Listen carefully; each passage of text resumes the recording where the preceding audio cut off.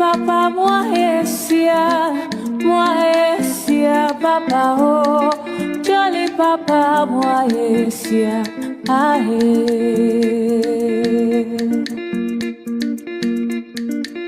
jolly papa moi esia papa oh jolly papa moi esia ahe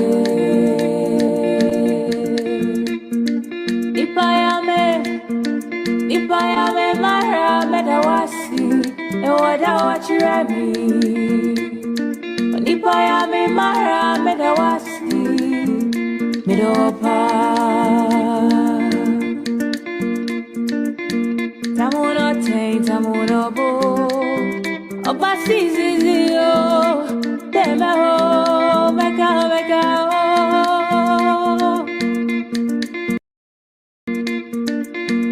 oh Mi melo anio I say jana ludo I say you're at your for Damn oh mega oh Kali papa moi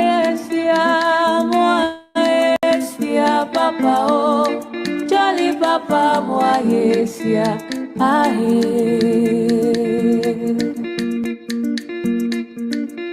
Jolly papa moi esia papa oh Jolly papa moi esia ahe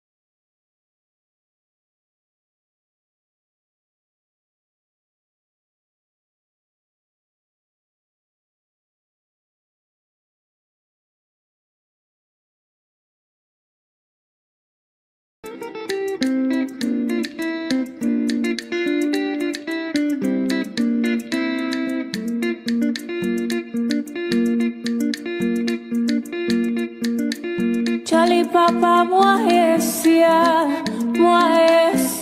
papa oh Jolly papa moi esia ahe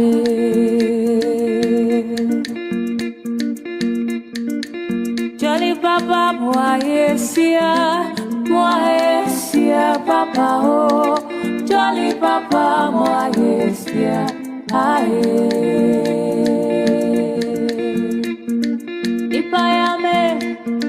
Ipayame mara medawasi ewada wachirami Ipayame mara medawasi midopa Tamuno ten tamuno bo Obasi zizio oh meka oh Mi melo anio I say jana ludo I say you're at your for Damn oh mega oh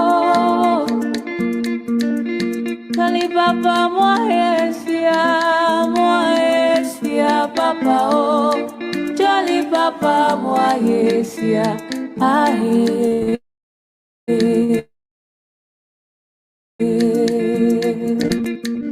Jolly papa moi yesia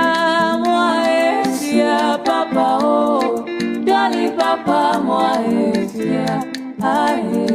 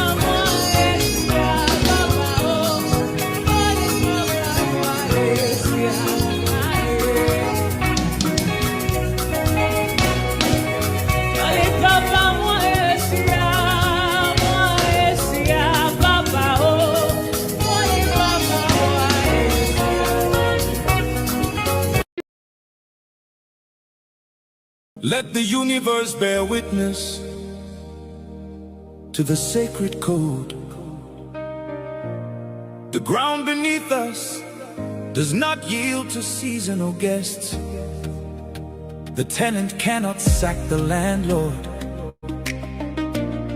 The employee can never sack the employer. Mazi Nnamdi Kanu remains the supreme leader of IPOB. His command is final. Whatever he says goes. Pursuant to the strict authority of the supreme leader and the sacred unyielding IPO code of conduct, the third administration of the DOS is hereby dissolved. The sentence is passed, your names are permanently erased. Chikaedo Ozi, you are sacked. Tony Nzurumike, you are sacked. Austin Nagbanyim, you are sacked. Kukurio Forma, you are sacked. Isaiah Uba, you are sacked. Collins Chinedu, you are sacked. Chinazan Woru, you are sacked. Fidelis Ejogu, you are sacked. Chidin Manworu, Juliet Edward Filatro, you are sacked. Keuda, you are indefinitely expelled. You are Nigerian agents. Stay off from IPOB. You no longer speak, you no longer act for the children of light. The employee cannot fire the boss. Tenant cannot sack the landlord. Mazi Nnamdi Kanu is the leader, the supreme leader of IPOM. through the trials, through the chains. His word remains absolute. Whatever Mazi Nnamdi Kanu says goes. Whatever the supreme leader says goes. They thought darkness could hide the shadows of greed. They forgot the soil remembers every treacherous deed. After the illegal extraction, when the leader was taken away, the enemies of the struggle came out to play. Governor Dave Umahi paid $500,000, a blood money bribe to buy collars for the scholars of shame. They took the cash, sabotaged the release, and traded the crown, bribing media houses just to tear the leader's legacy down. But the truth is a rock, it crushes the hand that betrays. But in the darkest hour, the true guardian stood high, refusing to let the message of restoration die.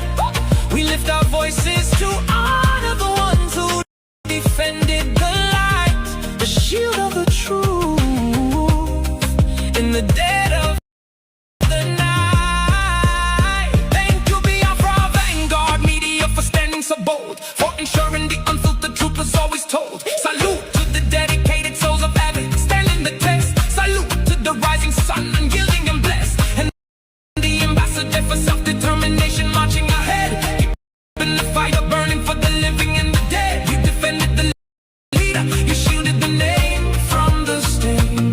Oh, whatever Mazi Nnamdi Kanu says goes. Whatever the supreme leader says goes. The fourth dose is here, working with global power to heal the land. The genocide must stop, the boss has spoken. Victory is absolute.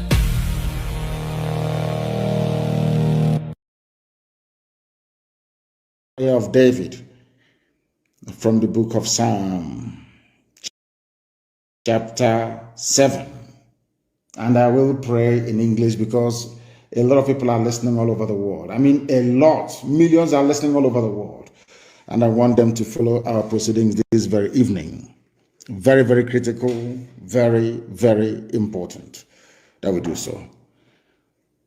O Lord, my God, the creator of the heavens and the earth, we take refuge in you.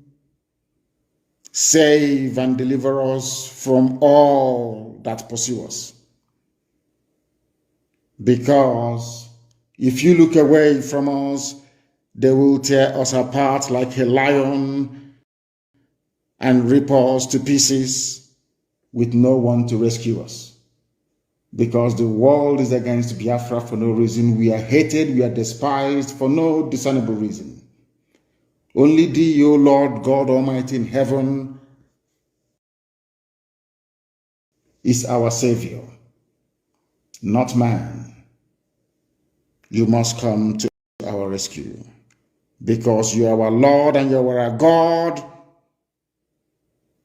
If we have done this, if I have done anything, if there is guilt on my hands, if I have repaid anybody, be it friend or an adversary, with evil or without cause, have done wrong to any man or woman,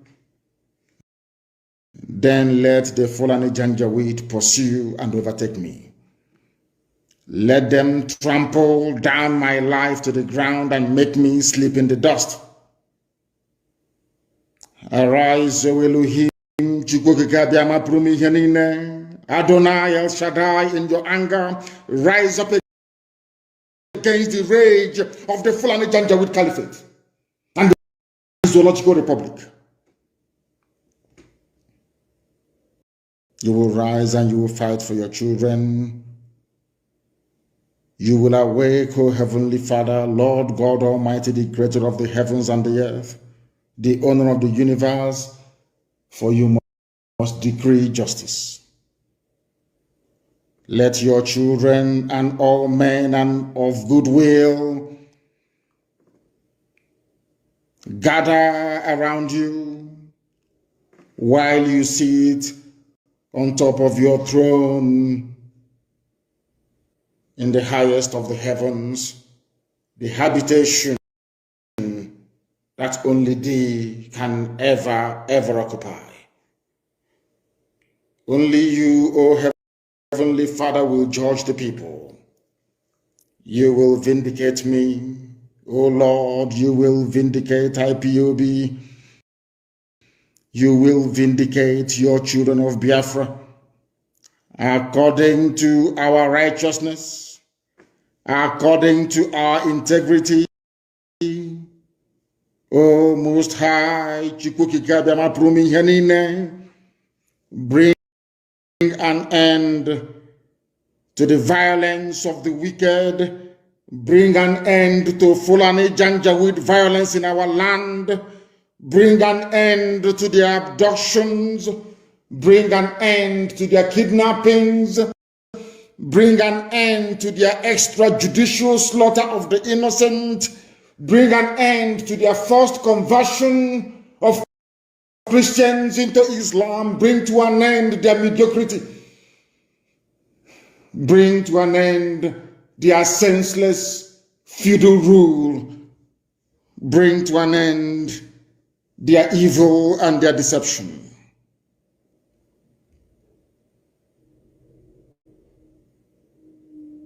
Come and secure the righteous, because only you, O God Almighty in heaven, can see in the dark.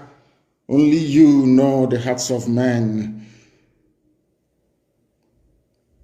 You are our shield. We have nobody. Between 67 and 1970, the whole world ganged up and fought against your children. We did not steal anything from anybody. We did not go after anybody's possession nor inheritance. We were on our own in the land that you gave to our ancestors. They conspired, they connived, they colluded to kill us. Over 5 million people. We are dead at the end of it. You are our shield. We do not trust in any man or in any state. We trust only in thee, because you are God and you always save the upright at heart. Anybody whose heart is clean, O Heavenly Father, to those you do not abandon to their enemies. That is why you cannot abandon IPOB. That is why Biafra can never be abandoned. Because your words are yea and amen. You are God, you're not human. Facebook may have been bought over by Nigeria, and we pray that Twitter will not succumb to their threats and their violence. You are God, and you are an upright and a just judge. But you are also a God that displays his wrath every blessed day. If Fulani Janjaweed do not relent in what they are doing, if the Fulani Caliphate continues to pursue this scorched earth policy of abductions and murder and mayhem, then you, O Lord God in heaven, you will sharpen your sword, you will bend and string your bow, you will prepare your deadly weapons, you will make ready your flaming arrows. Whoever is pregnant with evil conceives trouble and gives birth to disillusionment. That is what is happening in the zoo called Nigeria. Nigeria is pregnant with evil because it conceived trouble and it has now given birth to disillusionment. All the holes that the Fulani Janjaweed are digging for us into that pit, they are falling into one after the other. The trouble that they have caused will always rebound on them. Their violence will come down on their own heads. O Heavenly Father, for we shall give thee thanks always, all the days of our lives, because only thee is righteous. We shall sing songs of praise unto your holy name, O Most High. For as long as there is a child on this earth of Biafran descent and heritage, O Heavenly Father, we shall worship your name and your name alone, now and forevermore, we pray. He said, that was our prayer this evening. We are now going to proceed without further hesitation to bring to you the gospel which I have been mandated by heaven to preach to the children of men.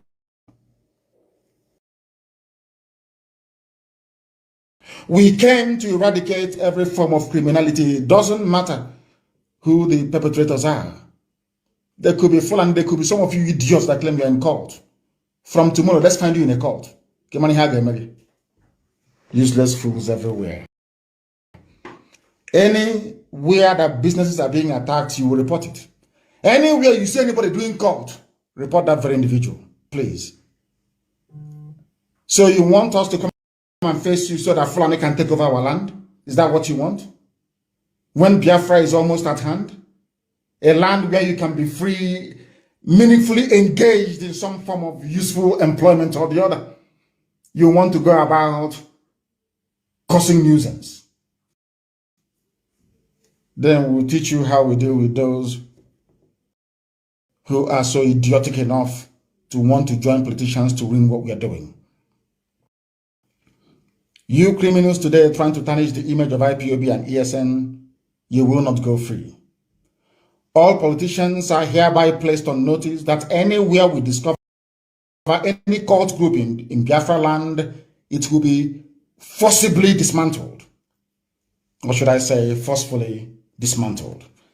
I don't want to hear that we are entering the era of Bakassi again, because I'm warning all of you tonight. In case you don't know, what the politicians want to do is to use some of these drug addicts to claim they are ESN. Anybody who has any brain will understand that we are the children of light. We don't engage in any form of criminality. We don't. We abhor it. Because once we do, the glory and mercy of Elohim will leave us. And once God withdraws his grace from us, we are finished.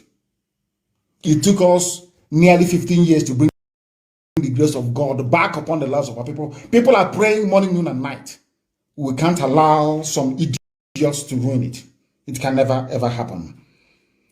I don't want to hear when your brother or your cousin is caught doing cultism. I don't want to hear this rubbish. We are in Bakassi again.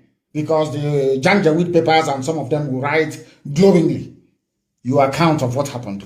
Whenever you go to talk your rubbish to zoo journalists, remember to start the story from the beginning. My brother was in Anambra, shot dead 2 people, and robbed a bank. Remember to start from the beginning. We can't allow this rubbish to continue. You fools, I don't know if it is Janjaweed the Fulani that impregnated some of your mothers. I don't know why you reason as foolishly as you do. It can no longer happen. I am warning all of you tonight, especially all those criminals holding Biafran flags. But unfortunately for you, everybody knows that IPOB can never ever engage in any form of criminality. No, we don't. And I won't condone it. Never, ever, ever. Biafrans all over the world contribute the funds with which IPOB is run, and now Eastern Security Network, to secure our land. We know that banks play a very vital function in terms of generating employment by making sure that businesses are set up. We understand that very clearly. Therefore, banks know no-go area for anybody, any criminal. Businesses, you see all those people trading and doing their businesses, running their industries, no-go area. Don't go near them, or else you're finished. We are in the forest and farmlands fighting Fulani terrorists, and in the streets tormenting our people. That cannot happen. Do you want me to allow the police and the army to come back again with their stupid checkpoints, so that when they see you in Okada, if you don't pay them 15 naira, they kill you? Is that what you want? Is that what you want? I'm asking you. If you don't want that, then stop this nonsense. It must stop tonight. I am going to give you numbers to call. Anybody who is involved in cultism, if you know anybody who is involved in the mayhem today in Anambra State, I'm going to give you 2 numbers to call. Give us their names. Send their pictures to us. And then leave the rest for us to handle. Please. Very, very important. The number to call if you know anybody involved in the nonsense today in Anambra State, in the cultism that degenerated into armed robbery. And one day Fulani will take over if we allow you to continue in your stupidity and hopelessness. That is why we must be very resolute and determined. That is why we must remain focused. That is why we cannot allow nor tolerate any form of misbehavior, criminality, or stupidity to creep into what we are doing. We cannot allow it. We are a disciplined family. That is why we are in over 100 countries of the world. Because we are disciplined. We cannot allow fools back home to ruin it. This idiot that is busy building hotels everywhere. That fool that speaks from both sides of the mouth, of course, on drugs. He's saying he has 5,000 men to give to the useless governors that you have in Igbo land. When he doesn't have up to 200 men, he can give command to and they obey him. Not up to 200. He claims he has 5,000 men. If you know him, go and warn that idiot. Warn him. I have never ever remembered him for once because it's irrelevant. He's a thief. He's a petty criminal. He's a con artist. He steals money from people to go and build hotels, not to fight for freedom. Go and warn him if you know him. Warn him. That thing his Fulani masters are instigating him to do, he will get it in quantum. That thing they're instigating him to do, he will get it a millionfold. He should better shut his thinking dirty mouth. He has nobody. And if he thinks that the Fulani DSS, they can use him to fight ESN, then he has signed his own death certificate. Fulani said they own our land. Instead of people to rise up and reason properly like human beings, you are behaving like fools. You are behaving like fools. Look at Hausa people. Do you want what happened to Hausa people to happen to you? Look at Yoruba, our Yoruba brothers. They are now fighting back. Everybody, including their traditional rulers, everybody is fighting back, trying to secure a better future for the Yoruba people. Are you not reading it?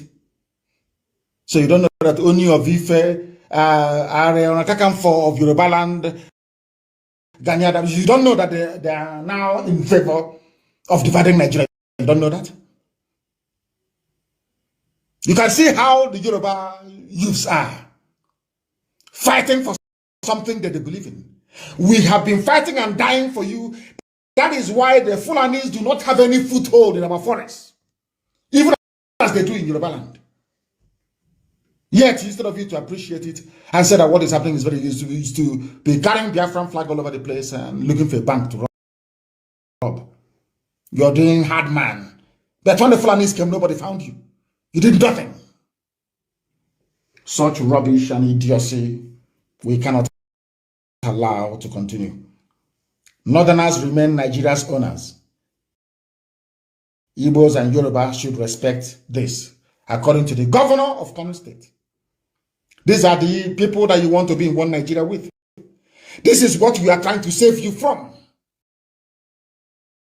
But some of you, sadly, do not want to reason or understand The governor of Kano State, the people who contribute nothing to the coffers of Nigeria, they contribute absolutely nothing. Nothing. Tell me what the Fulanis contribute.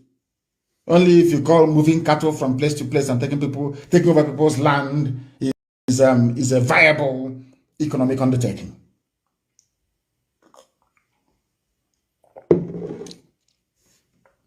The same people who cannot run a country. Even despite how much I hate Lugard for bringing the zoo together, at least he was right about something. That those people are not serious. They can never even take care of themselves. They're very lazy. They cannot work very hard. Show me one Fulani man who is a hard-working human being, self-made, name one person. There is none. And before you come up with your nonsense that Dangote is the richest man in Africa because you're a fool, he does money laundering for corrupt Fulani politicians. That's what he does. If you give me monopoly over ordinary salt, I'll become a multi-billionaire. That is why we're even going to file antitrust laws in the USA. He should no longer be going to the US. Because there's a law in the USA, once you run a monopoly anywhere in the world, it is 25 years imprisonment. Go and check the antitrust laws in the USA. It's very clear. These are the people that you want to be in the same country with. You cannot stand up and fight for your own rights to be going about terrorizing villagers. The same thing that Britain did with some of our ancestors, or should I say forefathers, when they came. The army that Britain used to conquer us came from Ghana, West Africa Frontier Force, if you don't let me tell you. Black people conquering black people for a white man. Useless fools. There's something you're doing. Fulani, ordinary Fulani is using you in Anambra State to fight against your own people. You fools. Without brain. There's something they did to Hausa people. Look at Hausa land today is owned by Fulani. Look at Hausa land today is owned by Fulani. Is that the same thing you want to happen in your village? You're doing hard man. You're doing hard man. These are the idiots, should I say, your so-called governors. The only reason why they announced their useless embargo is to try to rubbish ESN. They brought him, Umahi went on television, opened his thinking stupid mouth to be talking rubbish, talking about banditry, ESN banditry, because they planned to rob a bank in Anambra today. That's these politicians I blame it on, and DSS. They arranged it. I have not said that we would interfere with the electoral process in the zoo. If this continues, there will be no governorship elections in Anambra State this year. I'm not saying it by peaceful boycott. We will do it by force this time around if that's what you want. Because it seems to me that our people, when you try to speak to them very softly to make them understand, they fail to understand. They launched a so-called security outfit. There was no logo. Nobody was employed. No guns to go and face the enemies that are highly armed from the Sahel. Not even ordinary bicycle, talk less of motorcycle or cars. No training. This is the most stupid and foolish launch of a security outfit anywhere in the world. I hope you understand what I'm saying. I hope you are following what I'm saying. People who cannot pay salary to teachers, they cannot pay salary to nurses, they cannot pay civil servants in their states. They want to go and float a security outfit more or less to run a band of rogues and criminals because they cannot pay them. They don't have they have stolen all the money. Where will they get the money to pay? From who? From where? They have not paid that many teachers. We run a volunteer army. People who are devoted to the liberation of their land. The defense of Biafra land. They want to recruit people that are going to train and pay salary. They have not paid teachers. They have not paid pensioners. All of them put together. None they have not paid. They are the ones. You are launching a security outfit. Not one single thing to show for it. Not one. Only a bag. to go and fight IPOB, to fight ESN. You people are digging your graves, you know.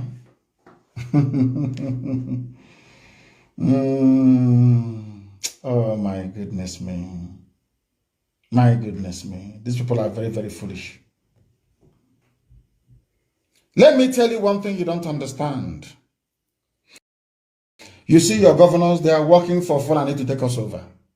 And you know why I'm so happy is because you don't need to go far to look for a template of your impending doom if you don't support what IPOB is doing. Don't go too far. Just look at all Hausa people. Look at Hausa. Look at Hausa people. If you want to know what your future is going to be like, please, please, please, look at Hausa people. Only. What happened to Hausa people? The same thing some of you are doing today with Ebubagum, Ebube Pussy was what they did. Fulani came very cleverly. You know they're very clever. Very cleverly they came. Because they even Fulani started practicing divide and rule before the British came. They set one against the other, brother against brother. As you are fighting, they come in as peacekeeper. By the time you wake up, they have Sarikin Fulani of all. Then your eyes will clear. That's what they're trying to do to us. You must not allow them to use you. Don't allow them. You see all these, your so-called politicians and governors, they are Fulani slaves, full-time. That is why when Fulani terrorists come and kill us, they say nothing.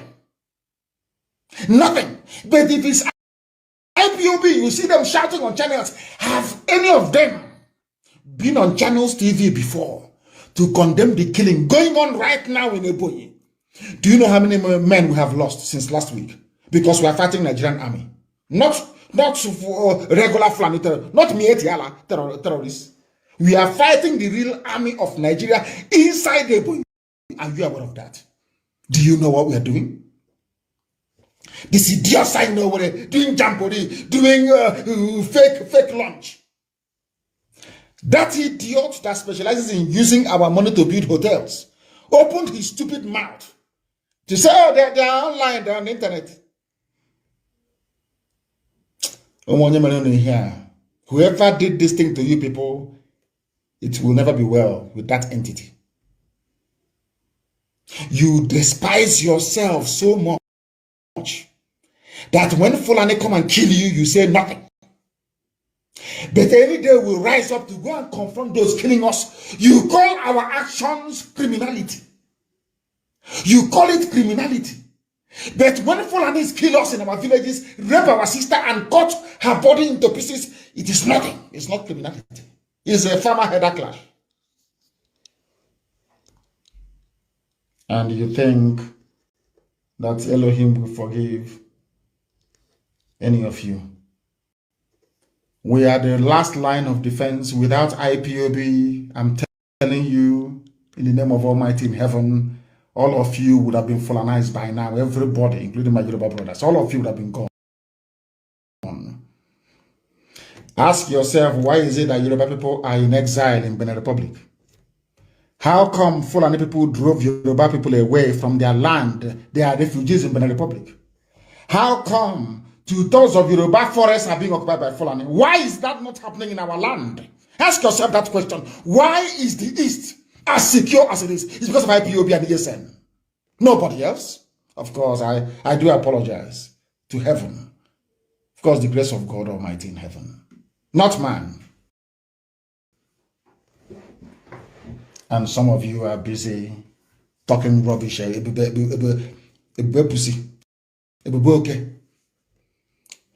sometimes wonder if you have brain at all. Any of you. Idiots supporting these stupid governors. Idiots to the core. Idiots. When our sister was killed and cut to pieces, what did Obiano say? I ask you, what did Obiano say? Will Obiano? Right now, this minute, this second, we are in a war in Eboyi State. We are fighting a war right now in Eboyi State. Has somebody said anything?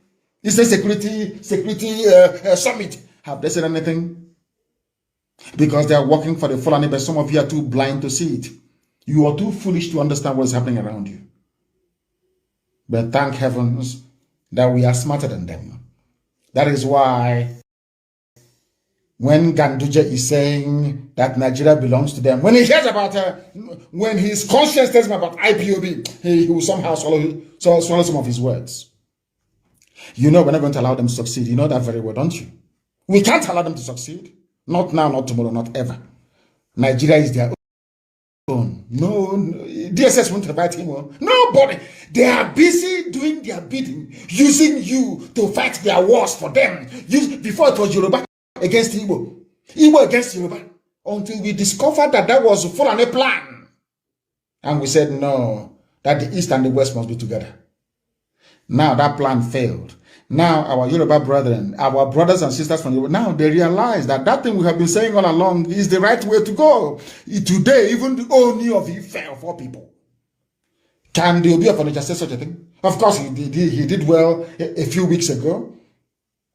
Can you imagine? You know, people will tell you, oh, but they have not fought a war before. We fought a war. Don't allow us to come out, and the Yorubas will deceive us again.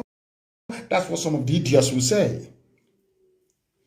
But you see, this very generation of Yoruba people, this generation, this very one, they will set their people free. You watch and see what is going to happen. Have I ever told you something before or misled you? I can't, because I'm under divine oath. I cannot. Even if the flesh wants to, I cannot. The spirit will reject it.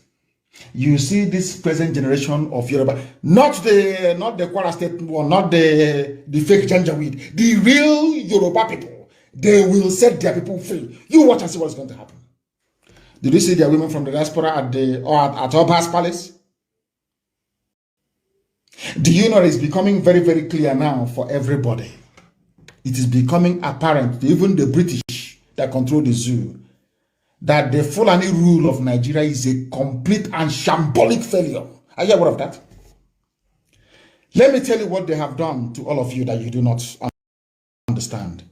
They have squandered the resources of Nigeria so much that hyperinflation is coming.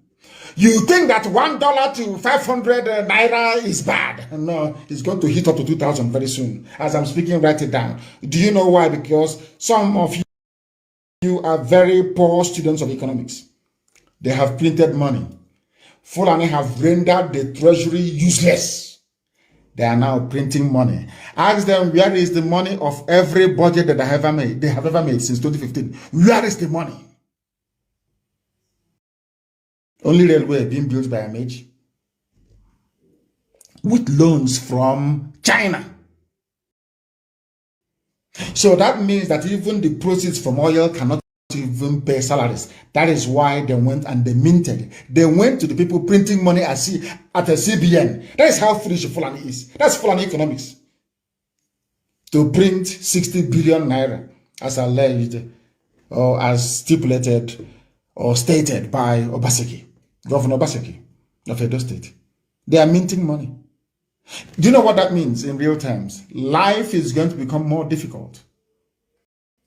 Because some of you, as I said earlier, do not understand how economics work. You have no idea how it works. Everything, every currency, every money you're minting or printing needs to have a value. Or else hyperinflation will set in. And once hyperinflation sets in, all of you are gone. You are all gone as you are finished. You are absolutely finished. Poverty will become deepened. And you know the funniest thing is that the people that put that idiot, the dead Buhari in power in 2015, they knew the idiot's record. They know he could not have performed. Everybody knows. In 1983, he was an economic disaster. Everybody knew this. Everybody knew. As young as I was then, I knew that this man was, dear me, an impediment to economic growth. The dead Buhari, the late one, not the mask-wearing young bobo that they say flew in from London today. After being chased away from London, or should I say, castigated by Aisha, the idiot came back. Governor Baseki of Edo State has asked the Fulani federal government of Nigeria to tell the truth about the 60 billion they are printing. You don't think it's going to affect you? No wonder they're planning putting up the price of petrol to, I don't know if it's 500 naira per liter. You don't know what the Fulanis have in store for you. All of you are just dreaming. Talking about one Nigeria. By the time Fulani must have been done with all of you, in your next world, if you hear even before the landing, you take off. You own businesses everywhere in Nigeria. For that reason, you want everybody to die. Nobody is above death. Death is going to visit everybody. Just have to pray that you live and make impact in this life. The impact that matters now, as far as Nigeria is concerned, is not the impact to make people millionaires. It is impact to make people to be alive.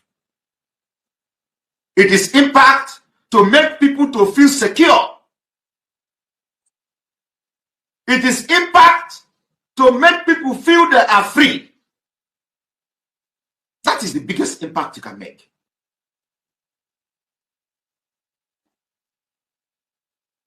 Millions are going to come. People will become millionaires when they are alive. Of what use is it? You made somebody millionaire today and tomorrow he died by gunshot from Fulani. Of what use will it be to the society? You pick up somebody and send him abroad and he come back to Nigeria and police will kill him. It is happening every day. Why do you want to continue to be part of a country like that?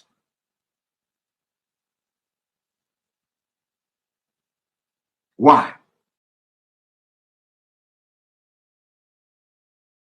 This language on the face of this very earth. Because I can say that from what I have just listened from you, it is just not ordinary. Very wonderful.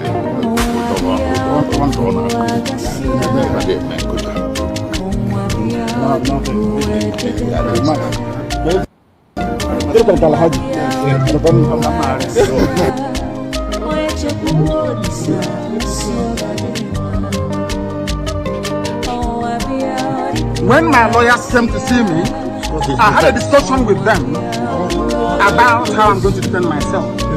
I told them that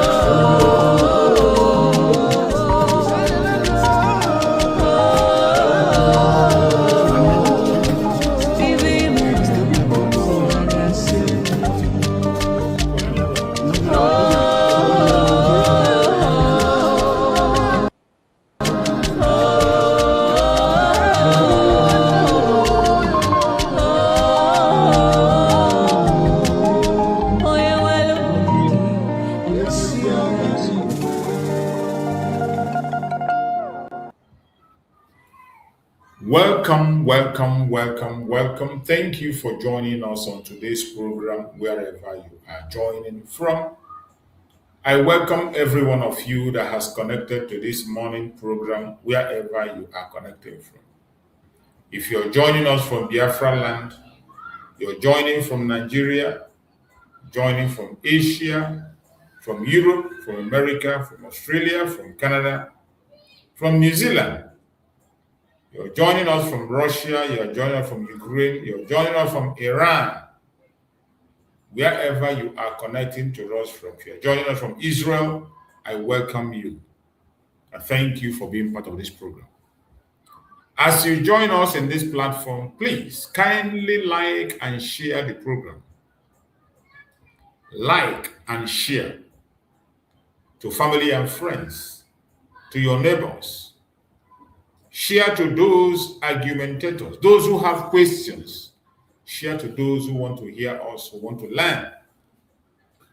Share to those that have superior arguments. Let them come here and present their case. Remember, in this platform, we do not come here to instigate violence. We don't come to this platform to preach hate. We do not come here to attack people or individuals. We don't attack any race or religion. All we do in this platform is to set the record straight and say things the way they are. Whether you accept it or not, whether you like it or not, it's up to you. The choice is yours to make. All we do here is to give our own opinion, speak according to our own little knowledge, engage in critical argument and give reasons, create room for critical thinking and independent thought. Whatever you do with information at the end of the day is your responsibility. Whatever you do with information you hear, it is up to you. So I welcome everyone that has connected this very morning. I thank you for joining. I appreciate you for being part of the program. We will continue to speak. We will continue to make impact, no matter how difficult it is. We will continue to speak. A lot of things are going on that you can see, I can see. There are so many issues out there. But in the midst of this confusion, we also have to hold strong on our faith. You and I know what we believe. You and I know why we gather. The unity of purpose, very important at this time. No matter the challenges you are facing, no matter the obstacles and hindrances, you must remember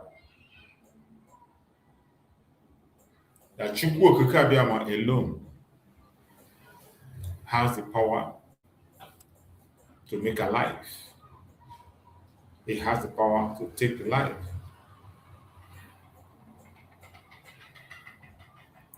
I welcome everyone that have joined us. Today's program, like other programs we have held, is very important. And whatever information you get here, please make good use of it. As I said before, a lot are happening, and more is going to happen. More is going to happen. The question is, are you prepared? Are you prepared? The journey of life is about to begin. Are you prepared? This morning we are going to be speaking on a topic which says Nigeria at the crossroads. Is political system fueling division, failure, and self-determination? I take it again. Nigeria at the crossroads is the political system, division, failure, and self-determination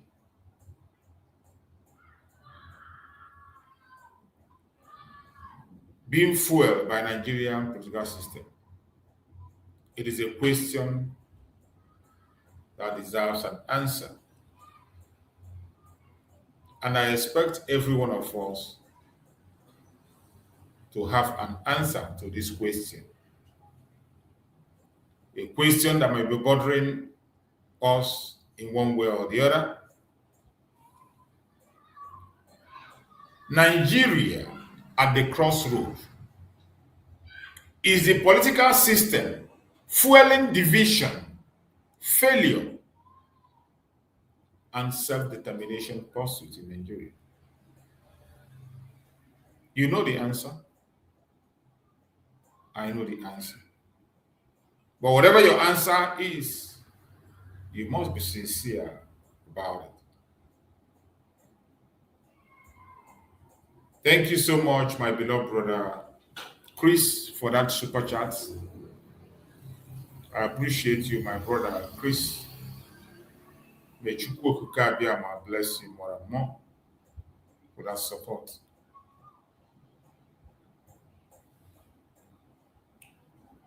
It is a topic that we are going to discuss.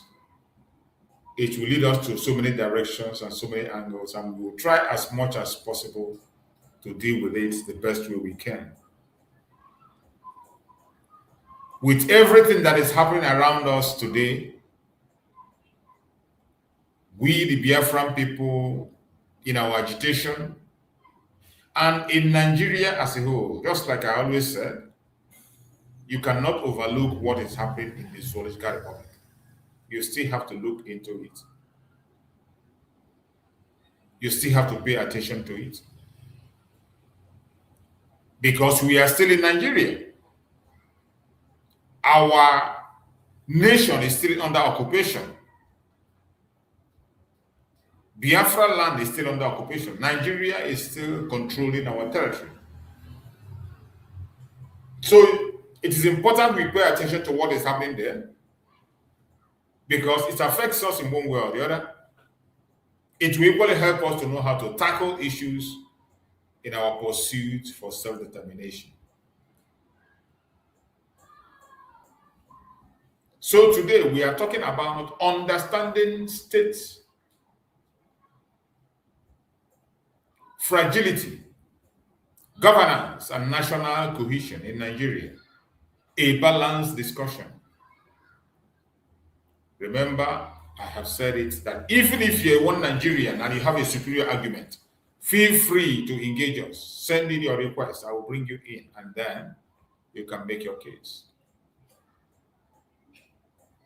I welcome everyone once again. Good morning, good afternoon, good evening, wherever you are joining us from around the world. Thank you for taking your time to be part of today's live stream. I appreciate your presence wherever you are. Your curiosity and your willingness to engage in a thoughtful conversation about one of the most important issues facing many nations today: governance, national cohesion, and the challenge of building strong and resilient institutions.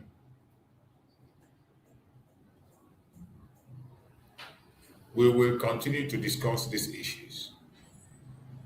Whether you believe in self-determination or you do not,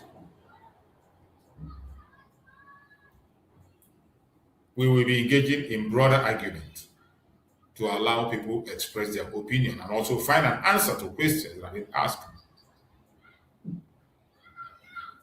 Understanding state fragility, governance, and national cohesion in Nigeria. A balanced discussion is what we are doing.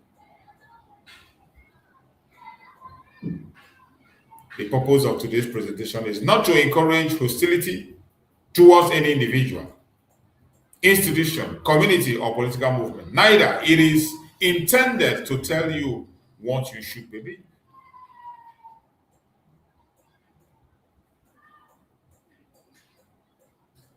our goal is to examine ideas in this platform, historical developments, different viewpoints in a respectful manner. That is what we do here. Healthy democracy depends on informed citizens who are willing to ask difficult questions while respecting the rights and dignity of those who may hold different opinions. Will we continue to do what we have to do? Will we continue to speak and engage? I encourage everyone participating today to remain respectful in the comment section. We can disagree without insulting one another. We can debate ideas without attacking people. Constructive dialogue is one of the foundations of democratic society. That is what we do in this platform. Constructive dialogue and discussions. If you have a superior argument, feel free. You must not agree with everything we said. You are entitled to your opinion, just like I'm entitled to mine. And wherever you feel you have a superior argument, you can put it out there and let the Biafran people and the world judge. Many people are watching.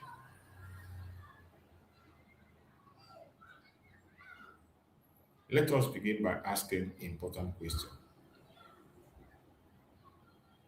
What do political scientists mean when they describe the country as fragile? A discuss that concept of failed state. When we say Nigeria is a failed state, that term, failed state, what do political scientists mean when they describe a country as fragile or discuss the concept of a failed state, like we see in Nigeria? Sometimes when we use that term, failed state, some people call it that we are demarketing them. Some say we are, but it is a fact. It's a statement of fact. All it takes is for you to be sincere to yourself and look through. When we address Nigeria as a failed state, just like when Mazen Nandekani used the phrase, the zoo, at a point in time, everybody began to agree with it sincerely. Donald Trump describes it as a shithole and described it as a disgraced country. And each time these phrases are being used, some of you get angry. More especially those who claim to be one Nigerians, who claim to be fake, they are fake patriotism when they are not patriotic. When they hear the terms like the zoo, failed state, shithole, disgraced country, they get angry. But I bet you every of these phrase suits the situation of Nigeria of today. If you can go and check what the political scientists mean when they say or describe a country as fragile or discuss the concept of a failed state, what do they mean?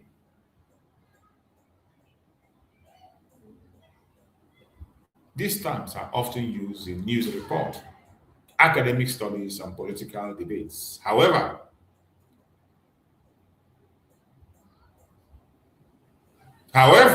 people do not allow it to be used as a legal label. They are not a legal label. Rather, they are analytical concepts used by researchers to describe the extent to which a government is able to perform its essential functions.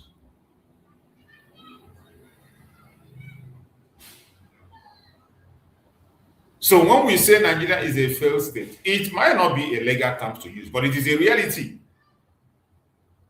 For any sincere person that is looking into the matter of Nigeria on the insecurity and the failed economic system they are practicing and the failed political system, there is no other better word to describe Nigeria than a failed state. There is no other better word to use than a failed state. It has gone out of being a fragile state. It is now a failed state. Different organizations use different methodology. But common areas of assessment include public security. These are the terms you look into. When you are talking about failed states, fragile states, these are the indices you see that confirms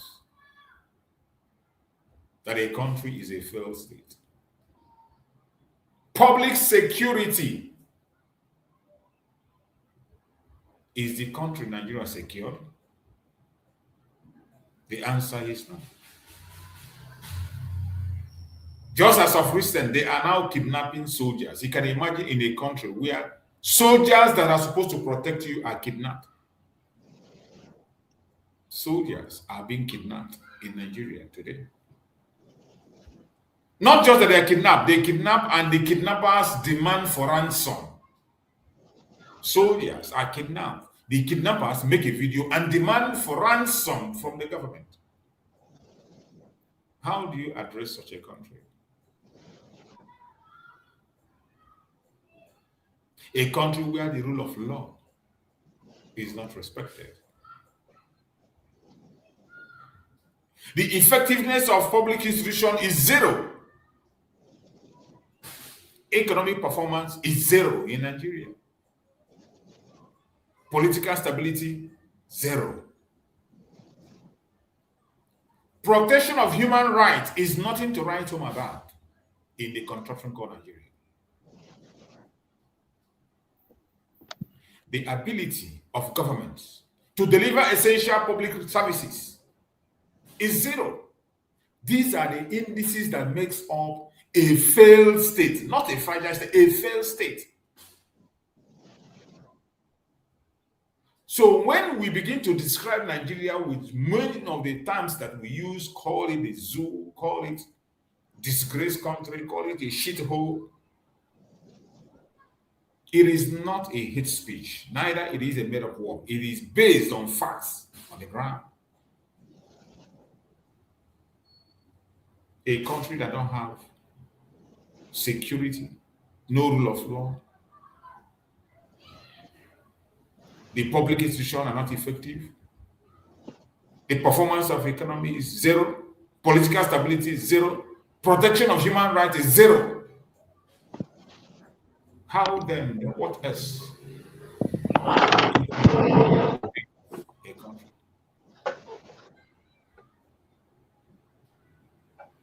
Wherever you are today, whatever you believe or whatever be your mind, whether you are a Biafran or non-Biafran, it is time for us to sit up. This battle is not just for the Biafrans alone. You think it's a selfish battle. It is not. What we are doing today, what Mazen Nandekano is facing today, the life sentence he's facing is on behalf of all the indigenous people in Nigeria. It wasn't just for Biafra. When Biafra is free, everybody is free. And as long as Biafra remains in captivity, everybody will be in captivity. So the earlier you rise up and add your voice and do your own part, no matter how little, the better for you. Yeah, welcome, my beloved brother Chris. Thank you so much for joining, bro. Christian. Rachus, morning, my dear brother. Hello, good to have you. Yes, my dear brother. Odirefe, thank you so much for all you do. Sometimes when I come in, so I come in very late and we are rounding up due to the situation over here. So it's not been easy to come in, but I see the things you do and I urge you to continue and we are solidly behind you, my brother. Thank you so much and God bless. Thank you, my beloved brother. I appreciate you. You're welcome. So, my fellow Biafrans, as we are saying, we should know that the battle has just begun. The Biafrans, they are lucky to have somebody like Mazen Nandekano who is on the front line laying a foundation. We know where to stand, we know where to go, and what to hold on to. It is very clear that every important indicators that shows that Nigeria is a failed state is there.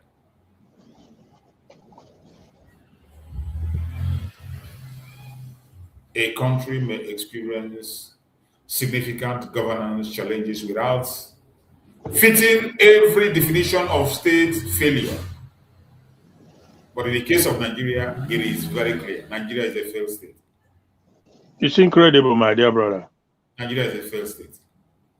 I don't know why people get angry when we say it. They say we are demarcating Nigeria. I don't know why.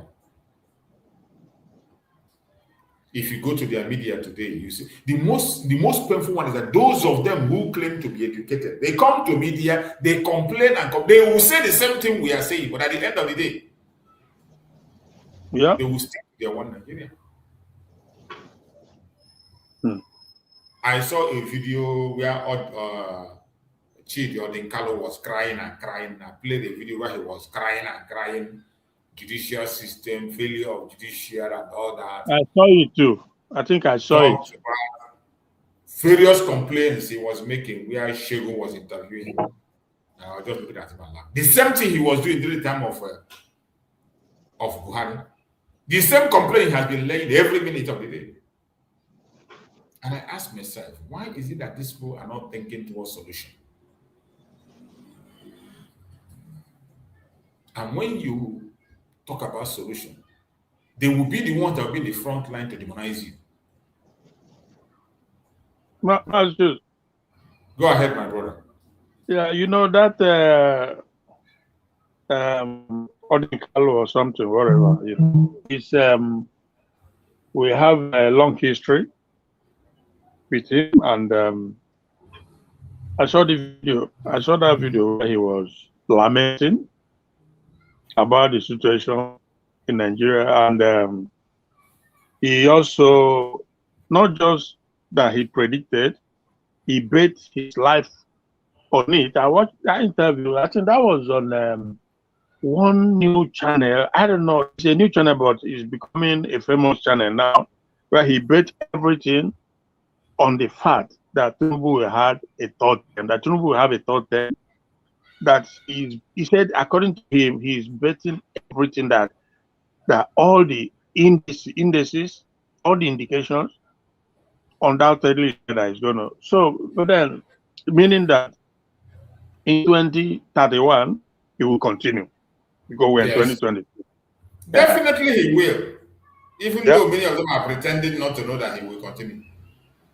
Yeah, but then the question you ask yourself is, these Odinkalo, these are people when they hear about, you know, the solution like Mazen Kano has for a long time now been preaching, to come against it. So you ask yourself, on whose side do they belong? Are they on the side of the colonialists or on the side of the people? Are they, you know, because again, for me, I looked at this whole thing and I came up with the idea that when it comes to Biafra, but Indigo specifically, you know, there is this which we always acknowledge, the global conspiracy, the gang up. Yeah. And what happened is, when these colonialists, what they do is when they're out to subjugate you, to deprive you of your humanity and of your rights and of your developmental and all what have you, what they do primarily, the first step they take is to make sure that they infiltrate you and they pick out people who will be your leaders, your political elite. That is the first thing they do. Every other thing will be secondary, but primarily what they will do is to make sure they get people who will be the leaders, the political leaders, as we have it in Igbo land. So they look for people who either they have debt on already, Yes. or they look out for those who will be willing to compromise, either through greed for money or greed for political position. So they give it to them. And when all this is done, they put them in position of power, authority over the people. Then they take it from there. That's exactly what they did in our land. And that is why, to this day, it has not been easy for us to arrive at our destination.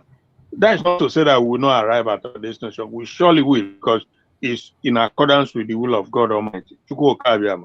But those are just the hindrances, the obstacles, and the delays, and the sabotage, and everything that we are going through, because that is what primarily the enemy does.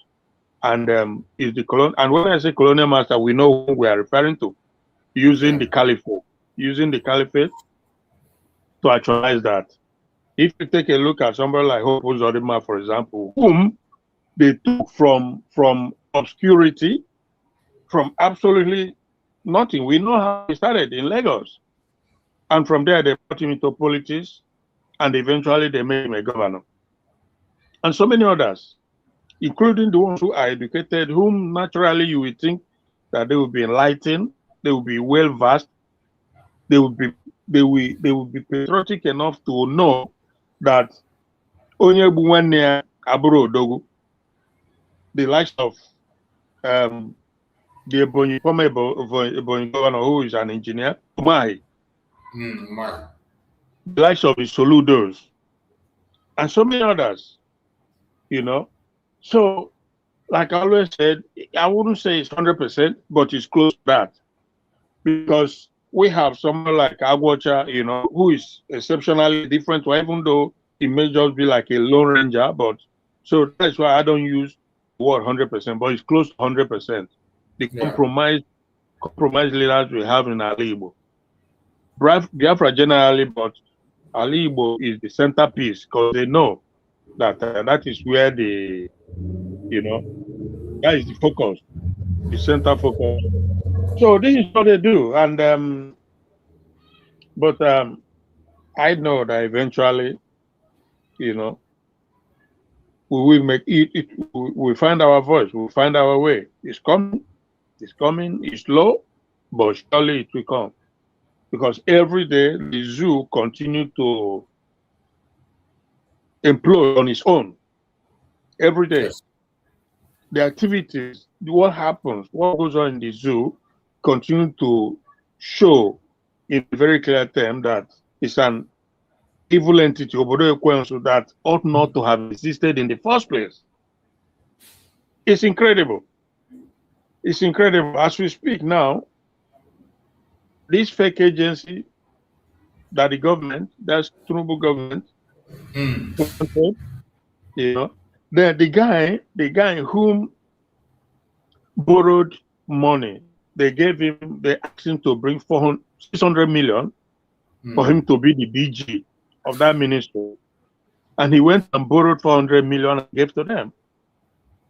So they've arrested him. Yeah. But all the people he mentioned, you know, the collaborators, the enablers, the Bajabia Millers, and so many others he mentioned, they didn't arrest them, they didn't invite them for anything. So in other words, what they're trying to do is to silence him. And I think one of them, they buy one of the guy. Yeah. So him now, that they've apprehended, all what they are trying to do is to see how they can silence him, one or the other, and sweep this whole thing under the rug. Just die, just close the chapter and move on. And you know what? That is how demonic that entity called Nigeria is. All the political elite in the Senate, the Congress, and the rest of them, they are all part of it. Because you know what? They are part of it. Because they are all sharing from that fake budgetary allocation. They are all They are all beneficiaries. They were the one that approved the budget. They approved the budget for the man. They did so many things. Everything passed through them. They were aware. Nothing happened in their back. They are all aware, including Tinubu. They are all is up 20-something billion, bro. That is huge sums of money. And that is just a fraction of that money, or a fraction of the money. Because there are a lot more other monies But the ones that like budgetary allocated 20-something billion, that is incredible amount of money. And these senators, when I saw them, the one from that Monkey from Benin, Oshomole. Yeah, they were deliberating on something. They just ignored the main cocoa, the real thing that they should be talking about. Talking about how they rescue the adopted people, but the main thing, they are trying to sweep it under the carpet by first of all going to arrest this very guy, the DG, whom they're trying to use him to perpetuate the fraud. And the whole thing is backfiring, and now all they want to do is to make sure they arrest him, and one way or the other, either take him out. As a scapegoat. In Nigeria, you not hear the case again. He will die in prison. Exactly. That is the history of Nigeria. That is how it has been, and that is how it's going to remain. Because nothing ever comes to light in the country. Every evil that is perpetrated gets swept under the carpet, one way or the other. And the evil journalists will not follow up. Because they are part of it. That Shehu Akinbaloye, the Shehu Akinbaloye from Channels TV, I saw him interviewing the guy, trying to put words in his mouth. Yeah, very sarcastic interview he was giving to the guy. Exactly. They are all part of it, my brother. They are part and parcel of the whole rot in the country. So, like you are saying about the zoo being a failed state, that is an understatement. I always say that mankind has not known an entity as evil as Nigeria. It's sad that people just continue to talk and nobody cares about the solution to the problem, because there's just only one solution. Every other thing is a waste of time. They have their agents here and there in politics, in activism, or whatever they call it. You know, that young guy, very dark man, he came out a few days ago to say that the issue of that fake agency, that he has verified that Wajabi Amila is not part of it, that Wajabi Amila has nothing to do with it. Can you imagine that? Imagine. So you ask yourself. And you know, that is why they kept that guy. They use him a lot to change narratives. They know that he has a lot of followership. So whenever they want to change a narrative and remove people's attention from the critical thing, they will give it to him. He will talk about it. He's an agent. He's government agent. APC agent. People will not understand. He is a very strong conk agent. Yeah. The people are too naive and gullible to understand what goes on. But with time, some people begin to understand. But those who have this block brain, stone brain, they probably will never understand. He's an agent. He told the line of the government and the military. A few weeks ago was when he came out to say that people should stop publishing or talking about the kidnapping and the terrorism and the banditry, blah, blah, blah. Gave the reason saying that because when you do it, you embolden them, you give them notoriety, whatever. And that is what the military told him to say. That is the script they wrote for him to say. That is the script from Musa. That is the script from Musa and the government. He wrote the script and gave him to talk about it. And just a few days ago, he came out over this fake agency to say that he has concluded, he has investigated, blah, blah, blah. As who? Investigated as who? Exactly. Do you ask yourself, Wajabi Amila, a guy, caught in the act, red-handed, caught in the act, who defrauded people through the United States, came to Nigeria and become a lawmaker. An ex-convict. And even Showore has been saying it. In fact, Showore said that he was the one who broke the news. That Wajabi Amila committed a fraud in America and ran away. And this guy who says a very dark man, who's coming to tell you that can you imagine how much they must have coughed out into his own pocket for him to come and do that? You see what I mean? And he goes, he buys a brand new Jeep, he buys this, he buys that, So what do you think all that? What do you think all that is for? He's an agent of the government. He has always been. He comes out sometimes. He talks differently with the acknowledgement of the same APC government.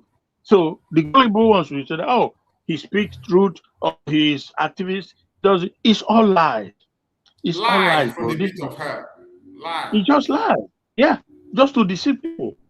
He know whom his master is. He knows he's working for the government. So this is the thing, and that's why he has been attacking Shora also. Now. So the thing, quite frankly, bro, like, because that is one thing you were talking about the country being a failed state, is without a doubt.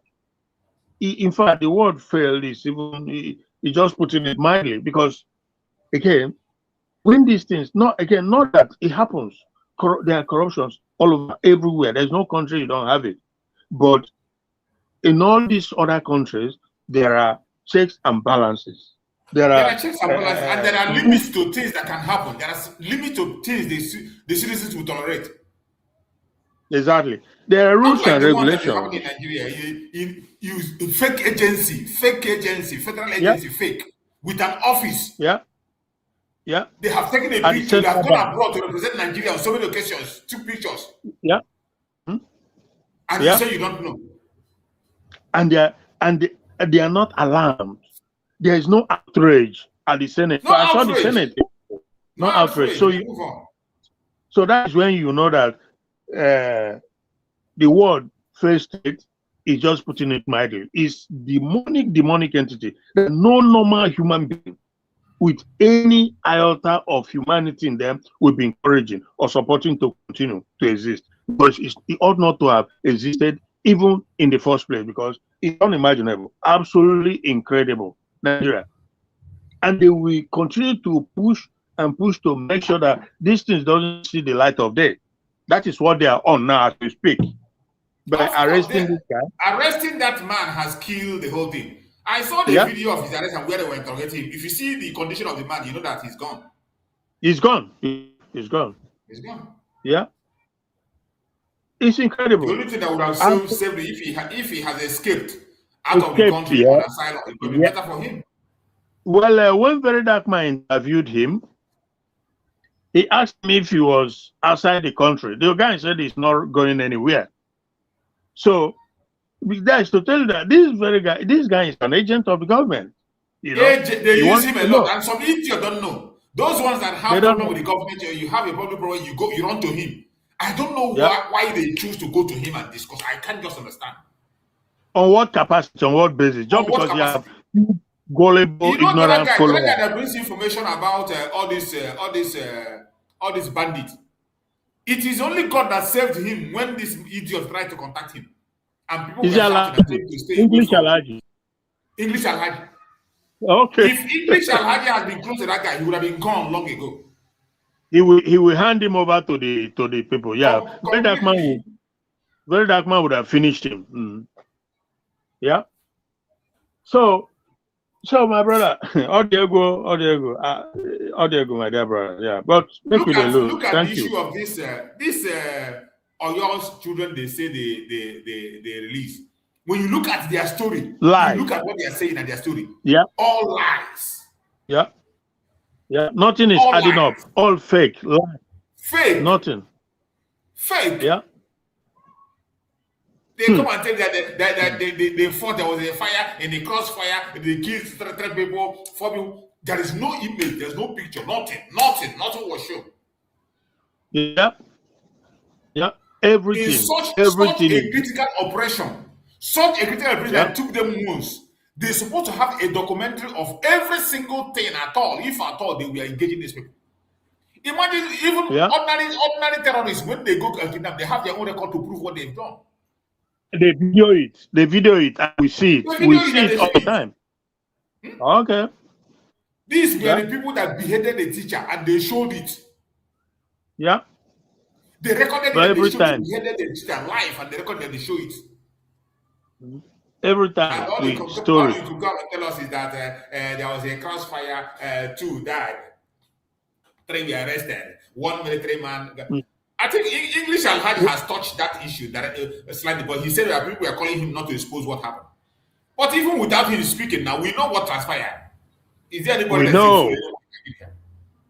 You have to be really dumb enough to know, to depend on English, because English Alhaji himself is being careful too. He's being mindful because they can come after you, you know. So sometimes they don't say it exactly as it is because they know that they are living in a glass house, so they can't throw stone, except if you are one of them that is being used, you know. Because how can you tell me that these people, and even after when they say that they've released them, whatever, they also kidnapped in the same way they kidnapped another guy, one man recently, the same time, more or less. So this whole thing is just a game. They know what they are doing. They are lying to them. Even the governor of the state, Shema now, is having a loggerhead with the government because he is saying that he will, or whether he invites you to come and investigate what happened. Because there's something, you know, Nigeria is the more you look, the less you see. Everything. And the irony of it all is that when you have a guy at the helm of government, a guy who has been a criminal all his life, what do you think he's going to bring to the table? It's criminality in every angle. That's all Tinubu knows. That's all he can afford. That's all he brings. Criminality, you know. And he gets Abajabila as his chief of staff. These are two prominent individuals who are more or less a convicted guy. Convicted criminals, international criminals. And they're the one ruling. The president and his chief of staff, who decides, who supersedes over every affairs, a known criminal, you know. So, and people know, and they know about this. The Senate know, the Congress, they know. The media, they all know. The president himself, another criminal again, convicted. Even in Nigeria, they are convicted. Exactly, another criminal, you see. So it's a Alice in Wonderland. That is what Nigeria is. It's really a criminal entity. Oh God. You see, that's why sometimes after seeing all these things, somebody will come and tell me, why are you talking about Biafra? Why are you people talking about Biafra? Yeah. Why not join us and build? Why not let's try and build a Nigeria? I said, which Nigeria? Yeah. Is there anything called Nigeria at all? Is there even anything? Is there anything called Nigeria? Yeah. Which Nigeria? Where is that Nigeria? Yeah. This is a place where even the people you call your founding father told you that you are not one. Yeah. That you can't be one. They warned you. And still yet you keep on forcing yourself. And then when we come out and say enough is enough, looking for solutions, a way out, they question us, why are we doing that? Yeah. Look at a country where criminals are in charge. Yeah. Then the activists are the one they keep in prison, off and on. Mazen Nandekano have been abroad. In UK, preaching Biafra for more than a decade. He was never arrested one day. Yeah. He was never questioned one day. For more than a decade, he was preaching. In the UK, no matter what, the UK has one of the best police. They know where he was. They know where he is. They know his address. They know everything. He was there preaching. For more than a decade, he was never arrested for one day. This is the man they went to Kenya. Kidnap him. Against international law. Extraordinary rendition him to Nigeria. Their court said, let him go. Recently, if I not if I think I will bring that in. Aloy Ejimako released all the judgment Mazin Nanikan have won in Nigerian court. And they still overlook all these things. And what did they do? They gave him a life sentence. Yeah. Just to silence him. So that they can continue. So that they can continue in their criminality, in their criminal entity, where they are benefiting, and they don't want anything to change. That is what it's all about. And anybody who thinks that it's going to change is daydreaming. That you can take to the bank. Anybody who thinks that Nigeria is going to change, that person is daydreaming. And especially now that the globalists, there are international bodies that has vested interest in Nigeria, including the US government. Because over this few period of time, they've seen how resourceful the entity is. And if they don't do it, China will do it. If China don't do it, Russia will do it. If Russia don't, so it's free for all. It's like a scramble for Africa all over again. So this is where greed comes in. Initially, we thought that Trump was going to, come in and do the right thing. He did some. He exposed some. They bring to light some of the things. But somewhere along the line, I think that there's a compromise somewhere. The hundreds of millions of dollars that Tinubu invested in bribery, somewhere sorting the whole thing, got to them, and they begin to subpedal. That is my take on it, because as we speak now, they say that the U.S. military and the Nigerian military, they're also having a disagreement. If you've seen that, I've not gone deep into what the disagreement is all about, but I know that it's all connected to one thing and one thing alone.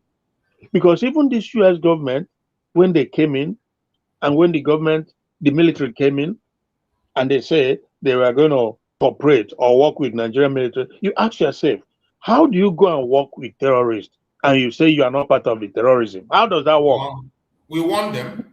We everybody know, during Jonathan, maybe a decade ago thereabout, how the U.S. came in to help rescue those adopted children, if you remember.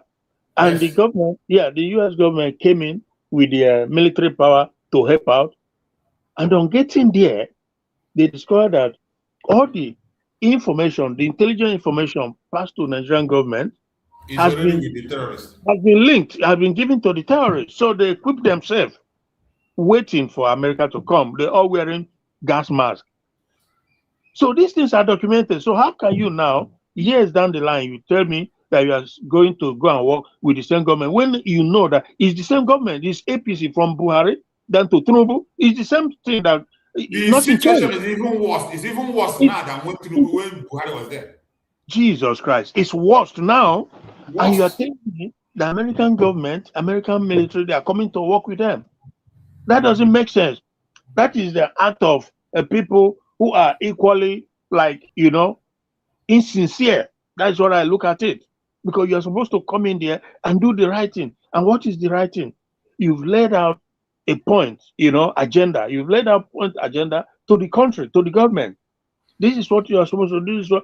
Do it. That's all. That is it. We're not asking you to come and kill the terrorists or do. No. Come, just, you know what I mean? Because how many you won't buy, Save? How many? You can never, how many you won't buy? Now today, you can never buy all these terrorists. So the right thing you are supposed to do, you're giving them these conditions. Stop this, do that. If they don't do it, then you make a pronouncement. That is simple as that. Then once the nations that want to go and form their own identity, let them go ahead and do it. That is all that is required. We have said this several times. We have said this several times here that they don't even need to put their troops on the ground. They 100%. Don't need to risk anything. Yeah. All you need to do, give those conditions, just like when they talk about removing the Sharia from Nigerian constitution, mandatory. Yeah.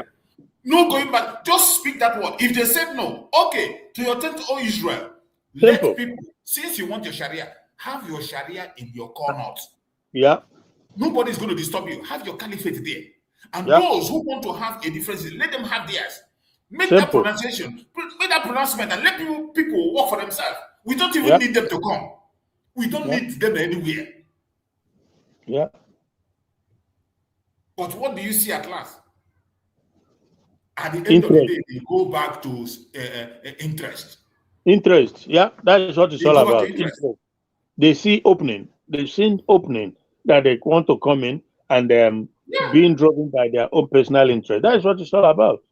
And the man in power is ready to give he's ready to share the country into pieces and give it to everyone for him to be there until that 8 years ends. 100%. 100%. So that interest is just being displayed all over the place. All over the place. It is because of interest. You can imagine Donald Trump that was moving fast up to the extent of sending lawmakers from the United States to come to the IDP camp in Nigeria to come and see things with their eyes. Exactly. And at the end, nothing. At the end, nothing. Yeah. You're not telling me that you have defeated the creator. Those people that you sent to Nigeria, can you tell them to put a call and see those IDP camp they visited? Are they still there or not? Exactly. Nothing has changed. Nothing has changed. Nothing. Mm-hmm. And all of a sudden you come and make pronouncement. Oh, you have defeated the terrorists in Nigeria. It is no longer this. You have fought a good battle. You killed the second man in that. What does second in command of ISIS have to do with us? Yeah. What has second commander of ISIS got to do with Nigeria? That was for their own interest. Yeah. The major people that are taking life, which Arnold have been shouting and speaking about, and so many other organizations are reporting, is the Fulani terrorist. 100%. They are the one that are annihilating Christians. Yeah. Every day, even as we speak. Just from a few days ago, they kidnap soldiers and they are asking for ransom. You can imagine. Okay. You can imagine the boldness. Yeah. This was a country where generals were about. They have lost 6 generals. So after losing 6 generals, the terrorists still have the confidence to kidnap soldiers and ask for ransom. Yeah. And you call yourself you claim you are in a country. If they can kidnap soldier and ask for ransom, you ordinary person, that is here telling me why I'm talking about Biafra. You, the ordinary people, what do you think is your fate? What is your fate? When they want to deceive you, they will tell you to go and form vigilante group. And I ask them, vigilante group, is it pump action you're going to use to face somebody who's coming with AK-47? Yeah. Any society that depends on vigilantism, if you adopt vigilantism as a government, you have failed already. 100%, you failed. Completely. It's an evidence that you have failed. Because the government is supposed to have the authority to do what government does, and that is defend lives and property in a country. If you fail to do that, then you need to step aside. You don't even need to be there because you have no business being there. And from the one we've been saying that this Tinubu government is part of the jihadist movement. People get it twisted because they feel like maybe it's Yoruba. Okay, most people don't even know if it's Yoruba, but most people it could well be that he's not even from there. That he's a foreigner. Because Nigeria, we know the history of the country is an open land for anybody and everybody. Buhari is not from there. His interest is in another country. So obviously, where they get it all wrong is the fact that the people fail to understand that Tinubu is part of it. All that problem, his government is part of it. They are collaborating with the Fulani and the Islamic terrorism. They are all there's no exemption. You can't even exempt them in anything. It's a game they are all playing. Every time they go on media to say this, it's all lies. I continue to say it. They succeed in deceiving people. They say restructuring. They say state police. They say these are all lies. These are just all political gimmicks because they know the time we live in and the election is coming. So they are deceiving people.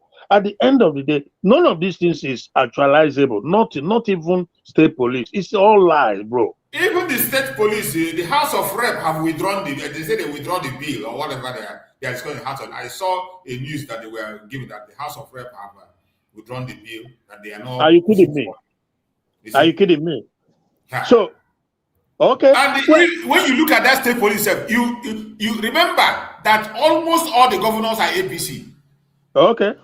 Now they want to introduce their so-called state police during the time of electioneering. Yeah. Just to capture all the places and be able to see their ballot box without any interruption. That's what I'm telling you. That is all political gimmick because of the time. This is political period, you know. Yeah.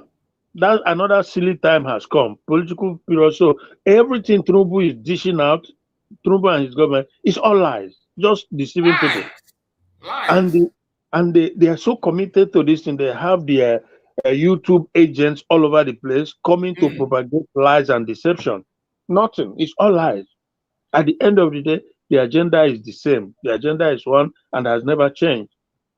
That is to lure people to sleep while they push Islamic. They said before they were saying that he go drop the Muslim, but that is not going to happen too. It's all another lie. Drop what? Drop what?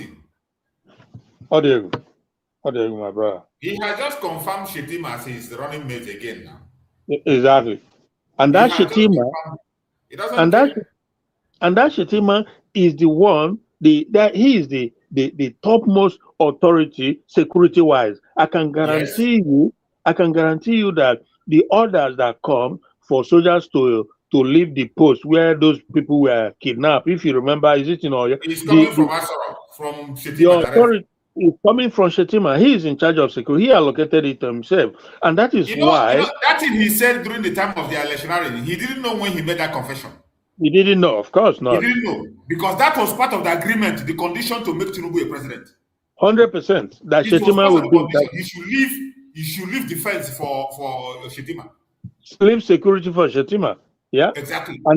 And that is why they don't have any source. Rather, it gets worse every day. Because even if Musa who comes to say that they will expose, they will get to the bottom of it to know who gave the order. He will not talk him again. That one they don't sweep him under. He don't finish. Because authority is coming from Shetima. And many other situations goes on there. Shetima is the highest authority, again, because like you said, that is the condition. That's why they don't obey him. Even when he gave order to withdraw policemen, even ordinary IG could not obey him. Yeah. Ordinary IG could not obey him. Yeah. He gave order to flush out bandits. Who will listen to him? Okay. Well, I think it's Musa. Who will listen to him? Who is he? Yeah, Musa said that. Yeah, Musa said that shoot aside. I think that's what he said recently, but it's not going to happen because the highest authority is under Shetima. So the people that they are just playing games. Shoot aside, and they just went and made arrangement with your kidnappers to release people. Okay. Shoot aside, bandits are just kidnapping, still kidnapping. Even soldiers are being kidnapped. Okay. We are saying shoot aside. I pity people in that contraption. I just pity them. I pity them. But no matter what happens, every Biafran, we should continue to press on. We should continue to press on. Our hope is not in anybody. 100%. Putting faith in anybody is just a waste of time. Just like you always say, somehow, Chukwu Okike will intervene at a point in time. Of course. Something will happen that nobody can stop anymore. Of course. It must surely come. That time will come. That is why everybody needs to be preparing himself. If you know the little you can do, you continue to do it. Position yourself and prepare yourself. There's one video this guy made. I don't know whether if you saw that video. There's Master Prophet. Do you know Master Prophet? The one they call Master Prophet. I know him. Yeah, I know him. Did you see his recent video? The one I saw it on your this. I played it. I probably did not play it all, but I saw part of it where he was. He's in alignment with our PM now. Is that what the one you're talking about? Yeah. I was just trying to ask you, what do you think about that? His advocate. He was advocating that the new DOS formed by Mazi Nnamdi must go ahead and go and retract everything that was written against Mazi Samonekwa, investigate it and retract them, all those lies. Yes, of course, and all those petitions they wrote against Mazi Samonekwa in Finland and other places. That is one of the first things they must do. Yeah, Mazi, the thing is this, yeah. How can I put it now? It's better late than never. That's how I will look at it. Because this master, usually I don't call him master prophet. I call him master prophet. That's just my prerogative, you know. Yeah. Because I always look at where Ebe Milisibido Mama Mado. I always Yeah. look back. But like I said, thank goodness that some of them they are coming to their senses. Exactly. It's a welcome development. But Yeah. for some of us also, from the get-go, we knew that when it comes to Mazi Simon Ekpa, Mazi Nnamdi Kanu, they are just one in one. That is just so you cannot say you are for Mazi Nnamdi Kanu and then you are against Simon Ekpa. It just doesn't work. You know why? They may be two different people, but the agenda is the same. Their goal is the same, and which is the actualization, the freedom of Biafran people. That is their ultimate concern. That is their primary target. Nothing, no more, no less. And these two guys have shown that they are both what you call monetary inducement or monetary, whatever it is. They've shown the capacity, right, to rise above that. What kind of money? Nnamdi Kanu had the opportunity to make all the money in the world. Same goes for some, but these guys have shown that their commitment to the freedom of their people is way beyond anything you can ever imagine. So how is it so difficult for anybody with even half brain to figure that out? Guys who put everything on the line, and in spite of their attempt to bribe them, just like Mike Arnold, who has demonstrated, because again, Mike Arnold could have made billions and billions and be a millionaire or billionaire someplace enjoying. Waiting concern, the zoo government, they did everything to lure him to their side, but he just shown it. So sometimes you have people like this. So for Master Prophet, like I said, it's a welcome development. Never late or never. How they say it now. So, but the thing is, better late than never. Better late than never. So I agree with his opinion, and I was discussing with somebody the other day, and I told him that look, the new DOS guy appointed by Onyendo Mazi Nnamdi Kanu, we all must support him. We have to all support him because that is where I stand. That is where I stand. And if he has to prove or whatever he has to do, we support him in that because the previous ones they've shown themselves to be bunch of compromised, discredited bunch of people. So everybody knows that for the most part, with the activities they were liaising with Uchechi, they were liaising with Joffo. That is the eyes of the government of the zoo. So how is it hard for you to understand what's going on? Uchechi is somebody, he had this issue with Onyendu and he turned against him. These things are in the open. I think I was one of the person in the initial some years back. I said that I was in a UK hospital, Queen Elizabeth Hospital, where I met a very good friend of her, and she told me everything about this woman and Mazi Nnamdi Kanu. She told me that look, you said it before. Exactly. So everything has been proven to be the case because she's been working against the interests of not just Mazi Nnamdi Kanu, but the interests of Biafrans. And her hope is that Mazi Nnamdi Kanu will not see the light of day from that place. But I believe that at the end of the day, Chukwu Abiyama will have his way. They will all be put to shame. So like I said, Master Prophet, he's good. I support him on that aspect that the new DOF, we must support him also, and he has to find a way to touchlight everything, all the gangs up, all the fabrication, all their false information, fake petitions, and false flags they constructed against our PM. So this whole thing has to come to light.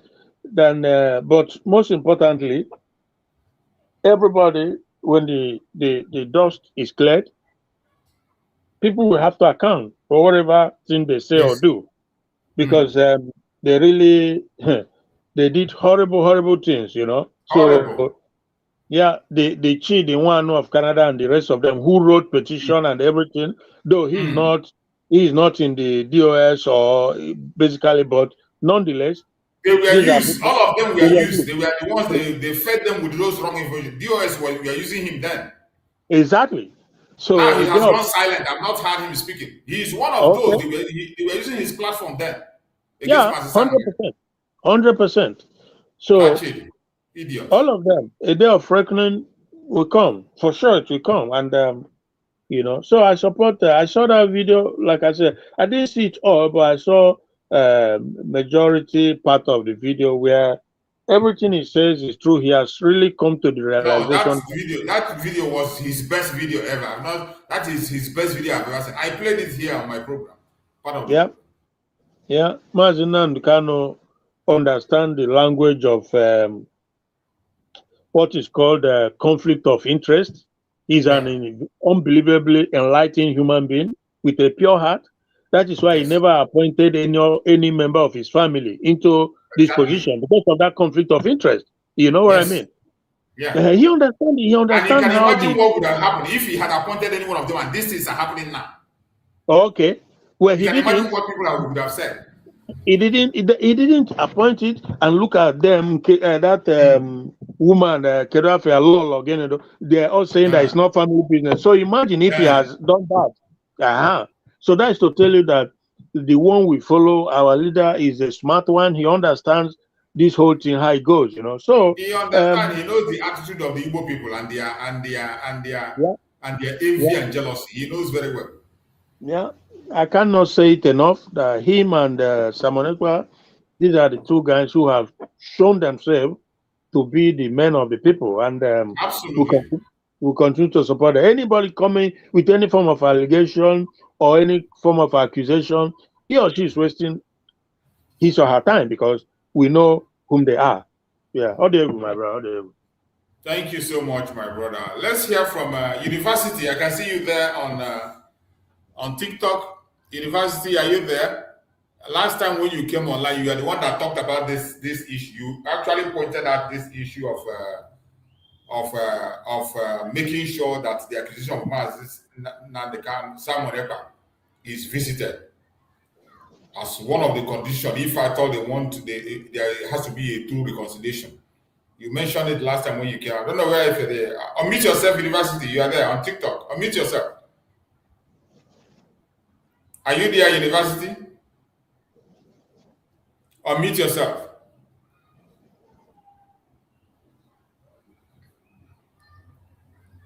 Okay, I think maybe he's busy. So that is it. It is very important, very, very important that that issue be visited. Just like as we are going for this very protest in Finland on August, everybody is supposed to be there. Yeah. Both members of IPOPO, members of any group where you belong. Yeah. People need to be there in person to represent.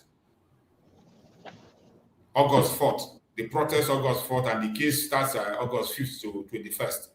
It is important people, everybody pay attention and be there, no matter what happens. Because you see, sometimes when I see the revelations that are coming now, my prayer is just let my sister be outside and hear with his own ear, take his own ears and receive these apologies.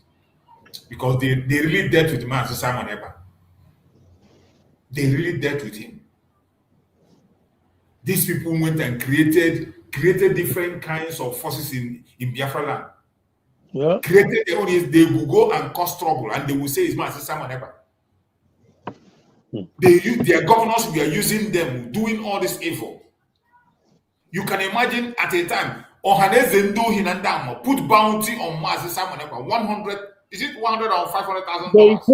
They increase it. They put it and they increase it at some point. You know. Yeah. They were all spending millions and millions. Mm-hmm. You can imagine an innocent man who was only fighting to defend his people. Yeah. They put bounty on his head. They put bounty on his head. Today, even I saw a program. Even this guy, was it Darlington? You know Darlington now in the VOP. Yeah. I know him. Somebody confronted Darlington about the issue now. that when the person was interviewing that, talked about stopping that someone was arrested because of insecurity, and insecurity has come down. So will you be now say that it's because of arrest of someone that insecurity came down? Darlington told him that you people were sending someone ever, then we supported you, but from every indication that the insecurity has nothing to do with someone ever. Oh, okay, you see, confession. He was confessing it. He confessed. Okay. Yeah. I watched it. He said the insecurity wasn't someone. He has nothing to do with someone ever. That it is the government. The government is saying that are creating the insecurity. They are the one that planning everything. Yeah. They the one they recruit the people. Even the unknown government, it is theirs. But these were the people that believed the lies. Yeah. They believed the lies. They judged us based on lies. Yeah. And the one said that Finland should be ashamed of themselves by now. Yeah. Finland, they will be ashamed of themselves. That is why I am very positive that Mazi Samareka will come out. Very, very positive that he will come out. Finland, with everything that's happening in Nigeria today, with all these revelations that is coming out, Finland will be ashamed of themselves. They are not speaking. They keep quiet. With everything happening in the country, all the criminality, with all the criminalities, all the kidnapping, buying of generals in the military. In the military, everywhere. Is it Mazi Samareka that is doing it? Okay. How many generals? Can you imagine? You know what it means? 6 generals. General in the military. Yeah. In the hand of this terror. Okay. Yeah. And you were busy chasing shadows. They took Mazi Nandekano to Sokoto. So is it the brokers Mazi Nandekano made through the NSAS that is still killing people now? So it is the brokers he made in London for many years ago that is still causing problems in Nigeria. And yet, when we talk about these issues, people will say we are talking too much. People will say, don't talk. Why are you complaining? I pity those who are still hoping that somehow Nigeria is going to be better or is going to work for them. I pity those people who are still having hope. What I see in Nigeria, even their activists are clueless people, cowards. Cowards, even when they know the problem, they know that this problem can never be solved. At a point in time, even Rotimi Amechi that came out to fight for presidency, Rotimi Amechi said that Nigeria will never be better. Okay. He was caught on audio where he was saying that Nigeria would never ever work. This is somebody who came, he was trying to contest for presidency. To show you that all these people know very well, they know what they are doing. They know what they are doing. But because of their selfish interest, they continue to keep together something they know is not meant to be together. It's not going to change. The worst of it is that every day that goes by, you can see it live, right there in your face, that it gets us every day. Yet, continue to hope and dream, daydreaming. Even Tinubu was not being in the house, calling Burna Boy and the video, all these people to bring money to help out. Can you imagine what the government is supposed to do? They are actually the video and all these people to bring their money to stop by Lamborghini and to help people. But you and your husband, these people, their money, they're. Oh, sorry. He has been kicked out. Network has removed my brother, Christian. Christian, you can send back your request, so that I can bring you in. The network just took you out. That is the challenges we face most times, network. So it is very important that every one of us, wherever you are, you continue to do your part, continue to stand strong. Don't ever give up. Do not give up, no matter what happens. And the only solution remains the disintegration of the zoo. There is nothing you can do. You can't amend it. You can't manage it. When the foundation is faulty, there is nothing the righteous can do. Nigeria has a very faulty foundation. And there is nothing you can do on the planet Earth to set it right. There is nothing. You can continue to try for all I care. You can continue to pretend. You can continue to pray. You are wasting your time. It's not going to change. Are you there, university? Are you there on TikTok? Are you there? I called you before, but I think you are. I was outside. Okay. Go ahead. Yeah. Can you hear me? Yeah, loud and clear. I can hear you. Go ahead. Yeah, I saw that you talked about master prophet, right? So yeah, that's what I was saying, because you were the one that first made that case here on live group program. yes, I was very happy that he come forward, because you know the idea of trying to preach the language has to stop. How can you tell them that? How can somebody be thinking that Simon is this and is that, and now because of Wendu has made statement, you want to start working with people like having that kind of to try to discredit Biafran government. That's not what we want. What Wendu want is Biafrans to stop attacking each other while they work and do the needful. Yes. You understand? In fact, I was even expecting that the newly appointed DOS to acclimatize with other groups who are genuinely fighting. But I can now see that they don't know how to go about it. So for them, it's all about position, coming out to speak English, not about doing the job. I will continue to remind Biafrans whenever I come online.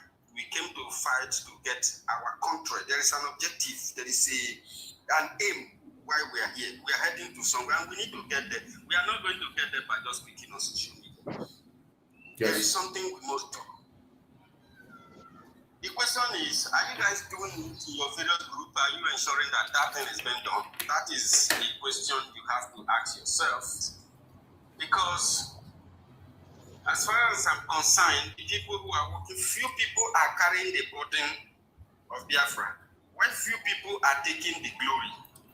So you have to find yourself in different categories in this Biafran freedom fight.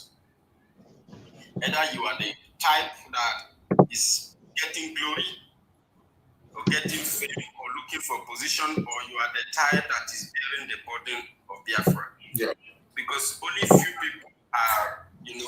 people are shouldering this thing. Now there is an issue, David. Some people has been posting pictures of what do you call them? Or this American Congress persons on the social media. Do you know that those people are very angry? They are very angry that the Biafra is using their image to do propaganda. They have meetings with the Congress hearing that never happened. So Biafrans, I told people like Akbarawa, you can't fight for Biafra by using propaganda. No. You don't need propaganda. You can use propaganda on your enemy, but not on a fellow Biafran. Absolutely. And this is why many people, and their propaganda deceive many Biafrans. Yeah. That point you made there is a very great point. Using propaganda against your fellow Biafran instead for the struggle or against your enemy. It's a very bad thing that has eaten deep in this struggle. It has eaten deep. Yeah, you know what that means? Sorry, not to cut you off, brother. That simply means that you are after your own interest. That is why you are using propaganda against a fellow Biafran just to win people to your side. So you are just looking out for your own pocket. Thank you.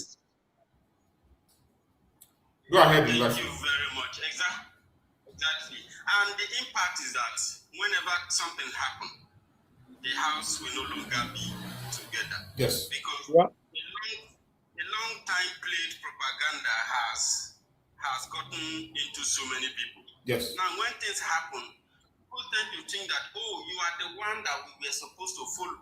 Even if we have and this is like Nigeria, because whenever you use propaganda and lies against yourself, you lose focus. You become lawless. Yes. Even if you have made policies by yourself, or you have principles, or you make some set of rules to guide you in your journey, you will not be able to follow those rules. You won't even remember them. But the thing that the people will be doing now will be like community of friends. People will tend to follow those whom their propaganda suit what they want, because majority of our people, what they want to hear is what they want to hear. If you don't tell them that, okay, and that is not how to fight for freedom. We need to change from that. Yeah. People like Bam Bam Bam, Rafael Ajiri, Akbarawa, Mr. Snow, Ogenkiri, name them. They have to change the way they fight for freedom, except if their being here is truly just for their personal needs. You're right. You understand? When we are fighting for freedom, we must know that the life of our people are involved, and we are looking for a country. Yes. Simon, why I can never ever give up on him is that he did exactly what Mazen African wanted. He looked around when they have hijacked IPOB from Oyendu Mazen African. He decided to establish Biafran government in exile. Yes. It was important to do this because we cannot just be fighting Nigeria oppression just by group. And the only platform that Mazen African provided was infiltrated and hijacked. Completely hijacked, not just infiltrated, it was completely taken out. They were turned to a pressure group. Now, after Nigeria hijacked IPOB, instead of IPOB now to fight the Nigeria or to expose Nigeria that Nigeria is infiltrating them, they started fighting Biafrans. Yeah. And working with Nigerian government. They fought Simon Ekpa for 4 years. Yeah.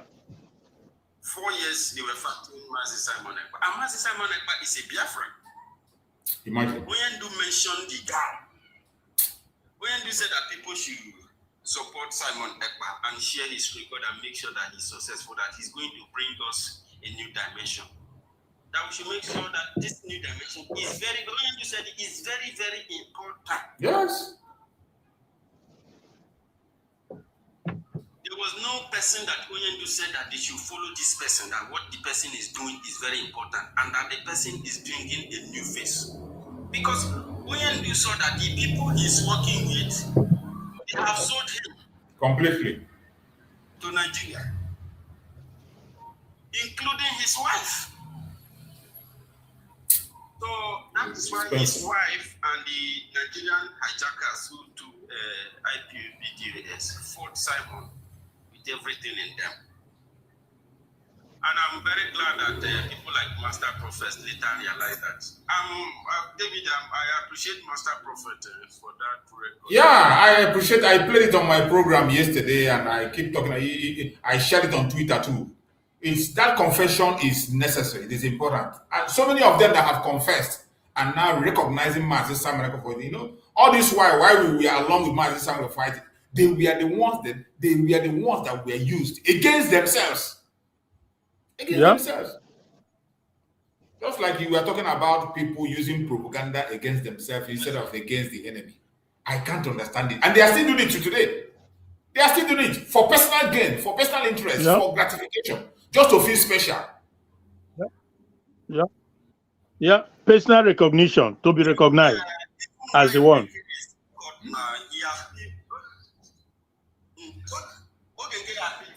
Appeal for 2 months to get himself and because some of his group that they infiltrated the Biafran government registration document with.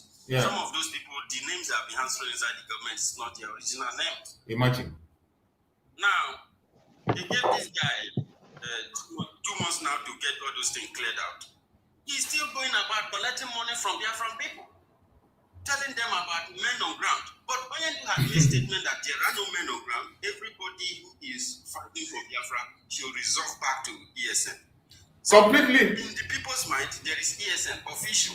Now, these guys are collecting money from Biafran people that they are doing men on ground. Now, Emma Madwabum is doing the same thing with Van and one lady they call, I don't know. These people are collecting money. Sometimes they will call it charity. Sometimes they will say it's for students. Then who are these students that they are talking about? Be careful. And they do that only because the appeal of Simon is on the 5th. People were supposed to start a demonstration on the 4th. We were supposed to gather together to expect that these TOS, if they are actually fighting for Biafra, to reach out to them. Exactly, and that is one of the, like when you talked about them reaching out. When you talk about them reaching out, this confusion they are creating now might be a hindrance also for the DOS to reach out. Because for now, I've not started judging them yet. We are still looking. There is still a time for them to come. But with all this chaos that these people are creating everywhere, everybody wants to feel special that he's the one that he is talking. Just like in this case of Master Samuel, you see some people, when they come online, they give some unnecessary announcement that will weaken the voice of the people, weaken the mind of people from supporting Master Samuel in Finland. Some news that I see them, they bring out, some will come and claim Master Samuel spoke to them, Master Samuel did this, and you don't even bite what you are saying to see whether if your information is encouraging people or discouraging people from supporting Master Samuel. If Simon wants to talk, anybody that wants Simon to, if someone is talking to you and that place is not in a meeting where everybody can gather and hear him, don't believe that. Now, I told my people that there is no point acting like you want to take glory or anything. No, whatever we are doing, we are voluntarily doing it because we are spending a lot. Absolutely. You see that Simon comes out, and the idea of coming out to demonstrate anything, no, let anybody who wants to go to public to do anything go. In short, we reduce our coming out to do broadcasts and all those things has to be reduced, because even all those things never give us Biafra, and some people begin to take advantage of it to popularity. Like the other guy they call what Akwarawa did to that guy, and because he was very clever, very outstanding, that guy was good, and they didn't feel good about it. Since then till now, that guy has been on the fence. What? So that's not a good way to treat your own people. So the IPOBDS who were supposed to join us, at least in Finland, because it could be you tomorrow. Yes. Don't think that maybe your way of doing things is better than other people's way. It is the same enemy. Absolutely. Same aggression. Yes. Whether it's evil unification or it's you are trying to create a state out of Igbo land, or it's in the Igbo people in Nigerian politics. So the enemy is the same. The challenge is the same. So the enemy of Simon, or the way Simon is treated, is not different from the way you are being treated as a Nigerian. It's not different from the way Onyendu is being treated. So the idea of somebody coming out to tell you that Simon did this and did that for his security, it is uncalled for. So IPOS, you have a chance to correct the wrong of this your predecessors, if that's the right word. This guy that you just said, they have done a lot of damage. So much. And the way you can be able to show Biafran people that you genuinely come to fight for Biafra by acclimatizing, by familiarizing yourself. It's supposed to be your first step. To familiarize yourself with every Biafran groups. Yes. Not to pressure them to come down to come and join you. No. If you do that, it means that you are not different from the previous DOS. It means that you came for power, you came to acquire the Mazenam the Cano's followers. Right? Show us that you actually came out to fight for Biafra. And you see the ratings on around it. Biafran government have projects in America. Oyendu has Oyendu has the 100-men divine project in America. So you have to find out these people who they are. If Oyendu said he's going to keep this secret, you have to find out how you can work with these people to be able to achieve the result that we are looking for. Yes. Oyendu reshuffling IPOB is to make sure that Biafrans are no longer bantering with each other so that they can focus on the objective of restoring Biafran states. So this is what it is, and this is what I'm begging the DOS, the new DOS, and all Biafran groups that are out there trying to do the needful. Don't think that your group is the best or your group is the worst. You are not. You are a Biafran who have equal respect like everybody. Your way of doing things may be really very contrary to what we're doing, but look at what we're doing. If what you are doing is actually going to give us Biafra, that is the question. We need to make big friends that will help us. You know the challenge we face. You don't have money. You don't have the kind of media. You don't have the popularity that is required. When I mean that, I mean we need to make friends. Absolutely. People need to recognize us. Some people need to even tell us, we give you go ahead to protect your people against jihad. And if we are not doing all of these things, it means that we are still sleeping. Thank you very much, David. I still appreciate Master Prophet for. Thank you so much. Thank you. Thank you, David. Thank you so my much. brother from the other side of the mic. Thank you. Listen. Thank you, bro. Thanks so much. Thank you so much. It is very important, just like he said, he made a very important point. Bro Christian, that's what we have been saying most of this time. You know, sometimes people that claim to be fighting for this Biafra, when you pay attention to what they do in their platform or what they say, you begin to wonder, are they really fighting for the Biafra or is this something else they are doing? Yeah. If you want to, if you have that quality of being a very good propagandist, use it for your enemy, not for your brother, your sister. But what we see is that people, they go deep to the extent that you can't even imagine what comes out of your mouth and what they can do. And they begin to wonder, what are they really doing? Why are they really here? Yeah. It's so sad. It's so disturbing. Go ahead, bro Christian, if you want to say something before I bring the other brother. There's another brother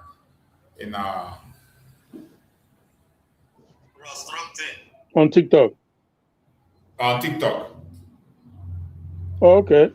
Well, I was just going to say that just like this brother initially just said that, if you want to do this propaganda thing, do them against the enemy, fine.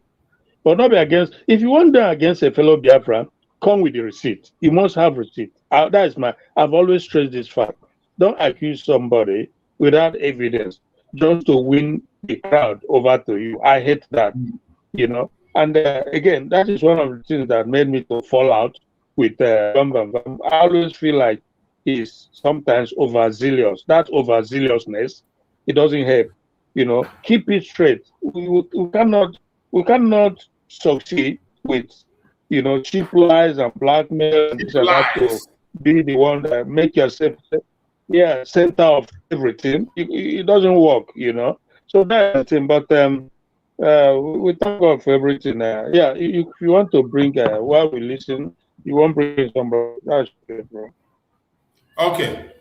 Let's hear from you, our other brother that joined us on TikTok. Let's hear from meet yourself. Let's hear you. Hello, my brother. No. They will. You see? I wonder, any Biafran language is acceptable. Yeah.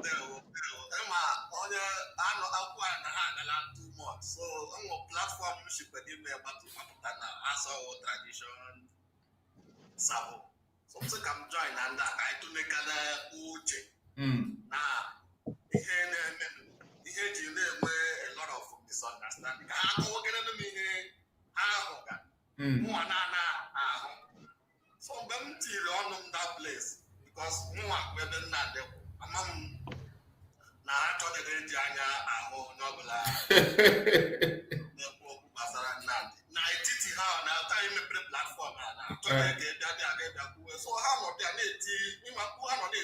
Nnamdi TV ndị mmadụ ọ bịa sanction na ndị bịa na-eme meeting na eti ha nsị a ụdị nwere evidence Nnamdi ji kpọọ ndị ahụ gara nụ na ndị ahụ gara nụ ndị dị loyal and unu nwere information ozi ma nke a mere ego ma nke na-eme na-ewepụta ọ bụzikwa Biafra ka a na-azọ ka ọ bụzi onweghị ọzọ unu nwere n'ime ihe because you people have to speak up ka anyị mara ihe ọzọ because nsa propaganda unu na-ewere na-abịa dị too small ọzụzụ ihe anyị ga-eji na nte o nwere ihe dị special n'ime ya unu kọwa ka aghọta because ọ dịzi ka onwe ihe dị ka ihe m zụkwere wụ get out nke benta na fọmta ka m kwuo ọzọ ha emutu m ọnwụ dị ihe ha na-akpọ so ọnụ ka na-adịkwa confused si gịnị dịrị anyị siri anyị hapụla ihe anyị na-achụ chụwazi onwe anyị because ndị a dịzi after for you ịchọziri kpọrọ m n'ike ịchọziri ka m kwere n'ihe ahụ ị na-ekwu n'ike ịchọziri ka m believe oge without proof imagine ịchọziri ka mụ na gị kwuru ka m kwesị Nnamdi onye ọjọọ without ihe onweghị ihe o mere m without any proof so ya na-ewute m ngwe because a na-agazi ihe ọzọ emewaziri ya na-adịzi ka anyị na-eme anọda ndị a na-ekwu okwu na-asụ onweghị ihe onye isi anyị mere ịghọtala ndị pụrụ anapụrụ ike ma ihe wu iwe ha ma ihe agha pụrụ ọha wụ nke mbụ ọha wụ the first people ọ bụrụ ha wụ the first people ha the second people ka ihe nke ha ji wee the problem ha size na okwu ya nwa si asị ịga na agọbụ before you end aya okay Nnamdi end aya yes okay Nnamdi end aya who is that man again okay till name ya no go you American no one sabi me drag that one ọgba ahụ na dekwu n'ụlọ ụtọ ma atụrụ ya but ihe ahụ nwa na force rụ ego yes ihe ahụ support and the guy to that support gị nyewe ya anya anya gaghị ime business we are for one goal ntụ ha sị IPOB nwere mission ha nwere vision ha nwere aim okay ma vision unu echefuchala ihe niile ọzi Nnamdi nọ na Sokoto prison ọzi gọọmenti na ngwa na wode unu were ego dị ka ọ pụta ka ụwaziri kịta aka ya pụta yes nsị anaghị na-agbara arịkpata terrorist agbara recruit ha o nwere that opportunity but he denied those things ka nọ n'elu oche gị ebe ị na-aṅụ tii ebe ị na-aṅụ kọfị ka a na-akpọ ya n'iyi niile si m bịa soro gị mmadụ m ọ ga-awụkwa n'ụwa ọzọ so anya m sị ka m tinye ebe ụmụnne m. Thank you so much, my brother. Thank you so much. This all the very shameful. All the very shameful. And all the Igbo and made that thing. Igbo people. The same people. Your brother is serving life sentence. Is at the risk of facing death sentence because of you. Death sentence. All they are at the risk of facing death sentence. Still, I cannot stand for your freedom. All you can do with your freedom that you have, all you can do is to attack him, castigate him. Why don't you have patience? Why just have patience and consider for the fact that for the past 10 years, more than 10 years, he has been facing persecution in the hand of government because of this journey. He has lost his parents. He has lost family member. He has lost his career.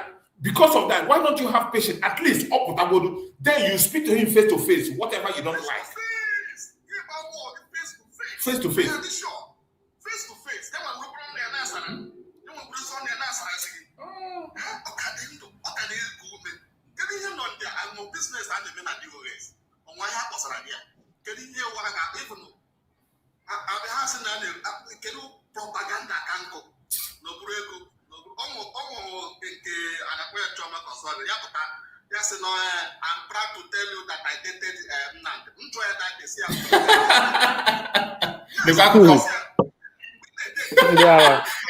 See what is somebody to talk about? Imagine. So and so what? If you dated Nnamdi, so maybe we go die now. Can I see no one do a leader because he dated you? Good luck. Thank you. Good for yourself. Make sure you know him. Congratulations.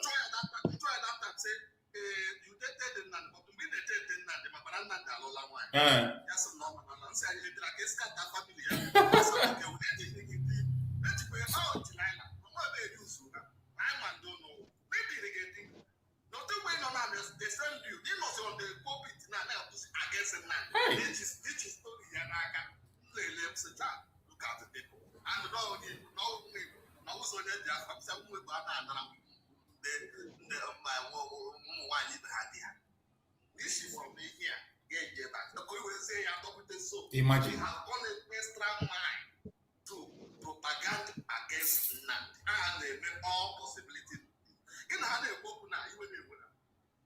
That is how you know them now. They will never give you a time to speak. They cannot engage in critical argument or discussion. They will not. From their platform, and they cannot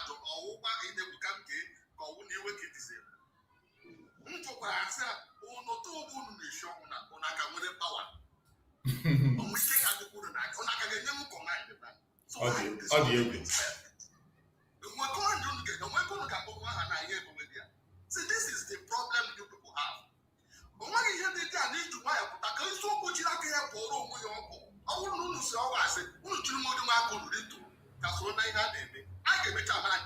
Yes.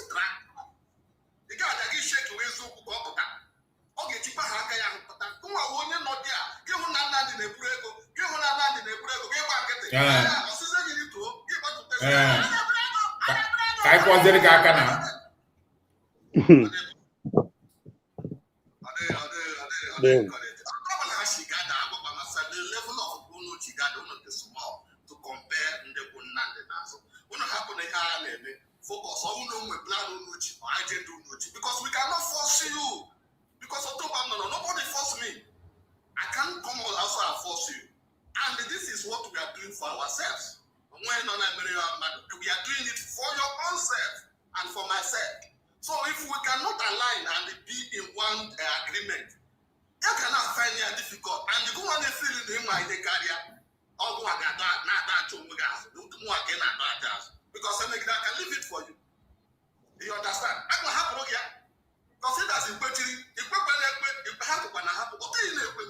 best thing you leave. You can form another group. Yes. You can go anywhere. Form their own group now. Form their own group. Look for their own Biafra. Exactly. Do you understand? And the thing is,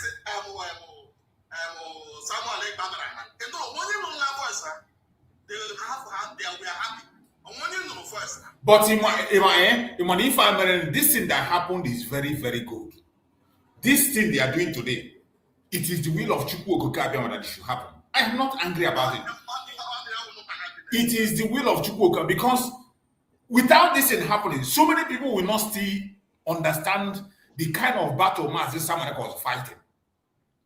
They will not even understand the truth. Many people fought him.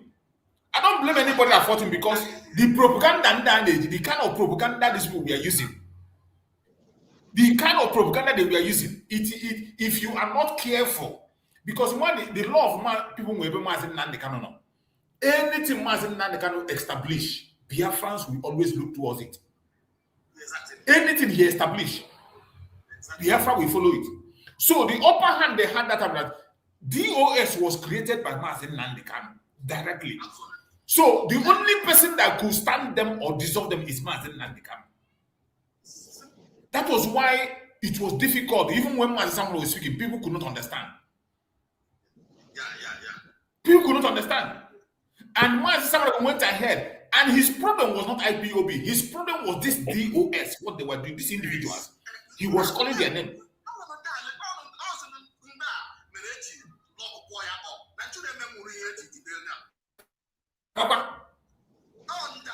You see, and if this kind of people, this kind of people continues to stay in this Biafra struggle, do you think they will even allow Mazin Nandekano to get the Biafra? Even if Mazin Nandekano come out today, and he happened to come out, it is this same SDOS that are still there. Biafra will never before you better. They will continue to draw him back.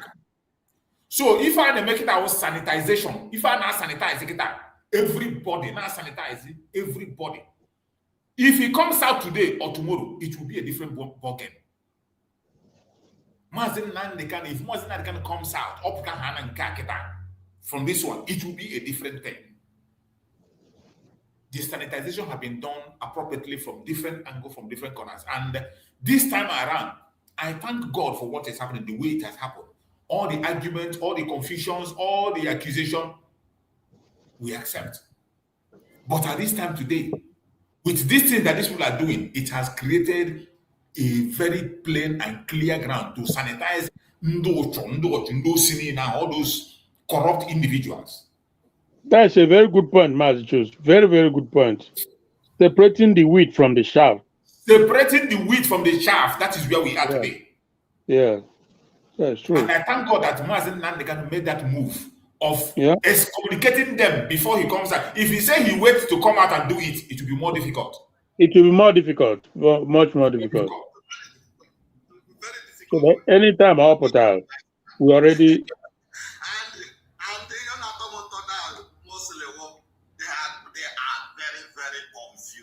They are gone now. They are gone. This one they're making is just noise. They are gone. They are gone. Yeah. So you are out of the line. So we are not there. Oh yeah, man, Mazen Nandi did this. The more you got my platform, yeah. You are going to Nigeria government. Yes, on Mazen Nandi. On Mazen Nandi. On Mazen Nandi. If I saw you, on your campaign, for Nigeria. Bunch of idiots. Mazen Nandekano, you know, that have won the heart of even the people that, even other Nigerians that are not even Biafrans. Even the people that are not Biafra, they are making example with Mazen Nandekano. How they go and say that Mazen Nandekano was right. Mazen Nandekano was right. So Oburizeko Mwana, who is now a Biafra, an Igbo person, that will now say Mazen Nandekano is wrong. Meanwhile, outsiders who are not even Biafrans, who are not even Igbos, they are saying that Mazen Nandekano, they are quoting Mazen Nandekano every minute of the day. Anything that happens, they quote Mazen Nandekano. Go online, offline, even on their media, on their network, they say it. Now, your own brother, an Igbo man. That is the most painful one. Not just a Biafra, an Igbo Biafra. You open camera, you sit down, and all you do is to talk propaganda that doesn't hold water.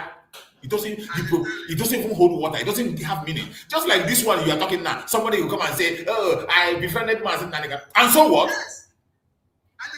And so what? If you befriend Mazen Nandekano, so what? Jesus Christ. Imagine. Shamelessly, you come and say, "Oh, I befriended Mazen Nandekano." And so you want, if you say it, Biafra will say, "Oh, we're not going to follow up again. No, you're a befriend woman." But a man, he go befriend. Oh, God have mercy. God have mercy. My brother Christian, let's hear you, Christian, as we try to round up the program. Are you there, Christian? Yeah, Master. Yeah, Master. Okay, no? Yeah. Go ahead. Yeah. Okay, yeah, like you said, to round up because I have to go now. And once again, I thank you. I thank every Biafra making effort and the ones online and the ones calling in from TikTok and everywhere. Let's keep pushing. Let's keep moving. Don't look back until the battle is finally over and won. Chukwuka Abiyama will grant us victory at the end of the day. And for our leaders, Mazen Nandekano and our PM Samonekwa, that God will continue to empower them, keep them strong and safe. And Brother, thank you so much. Thank you so much, my brother. I appreciate you for your amazing contribution. University, are you still there? Are you still there, University? Go ahead, my brother. Give us your final remark as I'm trying to round up. I've been here for almost 4 hours now. So. First of all, thank you for having the time to always open the program to spread the awareness and keep our people intact and expose the bad eggs among us who are trying to almost crumble our agitation for self-determination and total freedom for Biafra people. Our people must understand that this is where we are on, and if we are not tuning into this struggle, then you are not fulfilling the task and the obligation that nature has given to you. And also, you know that any tree that refuses to bear fruit will be cut off. Yes. That is why there's a lot of fights that are going on social media because some people are corrupted and they have not bear fruit. In fact, they wasted 5 years. It took us 5 years behind time. Yeah. And that is the reason they have been cut off today. So if you hear them trying to castigate Mazen Amdekano or to speak ill of Mazen Amdekano, you know that they are suffering very badly because of the evil that they have done. And yes, so you have to not listen to them. You have to continue to promote Mazen Amdekano's activities. Mazen Amdekano is a freedom fighter. Mazen Amdekano is genuine. Mazen Amdekano has not betrayed us. Mazen Amdekano continue to stand for the best interests of people who are all Biafrans all over the world. So we stand with Mazen Amdekano, we stand with Samuel Efanjoko. These are the people, these are the people who God has been using to show us the way to a better future. And the challenge to our future is really very enormous. People are ready to unalive us instead of us to have our own freedom. So this is a very big challenge. And I encourage all of us to be strong. David, be strong. You know that there was a time you come out on life, you'll be the only one speaking from morning to night, but you never give up. Yeah. And since then, you see people, we are. And that's the kind of spirit that every single one of us has to adopt in order to be able to preach the gospel, since our leaders are behind bars. And the enemies who want us not to progress, who want us to be subservient in our own land, they will continue to attack our. David Amasai, thank you very much for the opportunity you gave me. I really appreciate it. Thank you. You're welcome, my brother. I appreciate you. Have to see you again. Thank you so much. I appreciate you. Yeah. Chris, you're back. Yeah. Network, they kick me out, but network kick you out, yeah. Okay. So yeah, like I said, let's just continue on and we'll get there definitely. Thank you for your effort. God bless and bless every genuine Biafran. Let's keep pushing. Thank you, my dear brother. We'll see you again by the grace of God. There we go. Thank you so much, my brother. I appreciate you. Watching again. Go ahead. Yeah, your closing word. Okay, I'm happy that yes, I'm in the right track. You are in the right track, my brother. Don't mind those idiots. One thing is for you to enter track, but to understand where it's taking you. Exactly. I also appreciate your effort in order to educate some of our brothers who are also confused in order to understand what is happening. You understand? Yeah. And I am also praying that no matter the level of the challenges and the causes, most of them will be coming here to render. None of them will have the power to go anywhere because we are standing at the right track. Absolutely. I am also giving you kudos for trying to do your part. Like this time around, where everywhere is very, very shamble, that nobody wants to hear from anyone. Nobody wants to take advice again. Everybody now is saying this is this, this is that. And you have never shifted from your path, And I wasn't telling you to continue. God will surely bless you, and as we are praying, God to answer us. Secure our land to be free, to get to the root of our struggle. God will surely lead us to one thing I keep on telling them. You are my brother. You speak the same language, but why are you forcing something on me as a trying to make me begin to somehow as if I'm not doing it right? You are my brother. Nobody is an threat to each other. We are here for one goal, and that goal is where our eyes is. Yes. Not another side of monetary or trying to bring someone down. No, we are not there. So I'm very much happy that yes, most of us are ready for these people who says that we are not going to achieve this our goal. We are ready for them. So we are very, very ready. We are not giving them any chance because those time has come. Because when we are dealing on Simon Epa, nobody supported Simon Epa because we are struggling on how to release our leader and the Simon Epa issue. That we are able to have that chance to relate that one. Yes. But now, thank God, everything has been exposed. We have understand who is who, how the water entered inside the ship. We have already understand that. So, my brother, God will bless you. This platform is going to create an awareness that everyone, even those that did not believe it, they will start to believe it. You see? I thank you, my Thank you so much, my beloved brother. Thank you, Chineke. We will continue to do what we are doing. Everybody should know. We thank Chukwu Kabiama that finally, IPOB have been redeemed by Mazi Nnamdi Kanu, and it will never be the same again.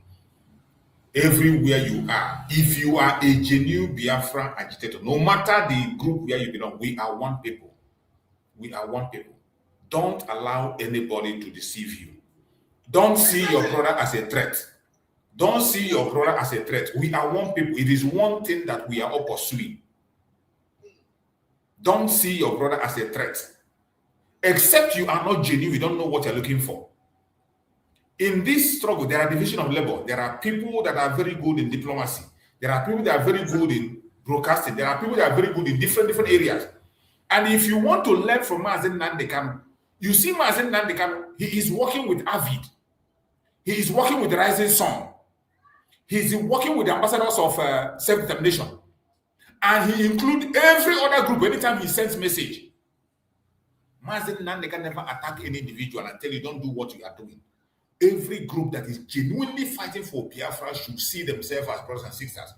And we are expecting the DOS, the new HOD, to make sure that this unity, which is the main reason Mazen Nnamdi Kanu made the move, to unite us, to speak in one voice as Biafrans. He started, first of all, from 100 men. The 100 men comprises of people from different groups of Biafra agitation. Mazen Nnamdi Kanu honored it. He never tell anybody, he never say, oh, close your own, go and close your own and come here. No, he didn't say that. Every single one of us believe that Mazen Nnamdi Kanu is the face of the struggle. And I tell people, if you remove Mazen Nnamdi Kanu from today agitation, in the next 1,000 years, I don't know whether if we will get here again. Finish. If you remove him, his image, remove Mazen Nnamdi Kanu from the picture, I don't know where we're going to be. So when you see people who are tarnishing the image of Mazen Nnamdi, attacking him, and you look at them, they have no program. There is nothing they can offer. They have no plan on their own. But yet, the face of the struggle, that any office you go to, any place you go today, whether under Mazen Nnamdi Kanu or Mazen Simon Ekpa, any place you go, you will see the name of Mazen Nnamdi Kanu written in bold there. And you are attacking it. That says it all. Only the ignorant ones will continue to listen to those who have nothing to offer.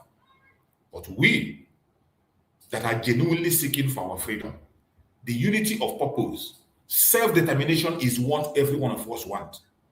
Continue to stand strong. And every one of us should continue to support our supreme leader, Mazen Nnamdi Kanu. Whatever he says is final. He has never betrayed. He has never withdrawn. He has never hands up. Tested and trusted. Nobody comes close. I pray that Chukwu Okabiam will continue to guide and protect us. Somebody join us now. Can you unmute yourself and speak? I can't see the name there. Valiant or unmute yourself and speak. Thank you, my brother. Yeah, you're welcome. Thank you, my brother. Good morning, my brother. Good morning, my brother. Sorry, I'm from Delta State. I normally join your life from Anioma, Delta State. Oh, my brother, you're welcome. Right from time I've been following you, and why I normally join your life is that you never compromise, even from the beginning to now. I just want to ask this my brother a question. This is my brother that finished speaking the question. If the DOS, they are doing what they are doing, and they did not mention Nnamdi Kanu's name, so you will never know that they are compromised. You wait until they started insulting Nnamdi Kanu before you know they are compromised. See, let me tell you, there's a difference between being educated and being intelligent. Once you are intelligent, if something moves away from you, you understand that this movement is not going well again. When we started the movement, when they started the movement, after the arrest of Nnamdi Kanu, many things happened. And many people deviated, telling us that the US are wiser than slow. That Samoneba is a criminal. And only Samoneba was moving the movement then. Nigerian government could not prison Nnamdi Kanu because of Samoneba. They are waiting for catch up. And they use me and you to catch up the Samoneba. And they're prison Nnamdi Kanu. Then now, BOS are not challenging Nnamdi Kanu. You are not telling me that they are compromised. And you just want me to believe you like that. Without you using compromise at the best time. My brother, let us not. My brother, let us not blame. We are in a time of unification. There is no time to blame. People have their answers. People have answers different. Every one of us cannot arrive at the same time. Whenever somebody wakes up, it's his own morning. Anytime you wake up, it's your own morning. So let us not. Okay. Okay. I'm a poet that out of anger, but that's just my mind. Not that I insult anybody. It affects me. You get why? Because then I see these movements and they see these things.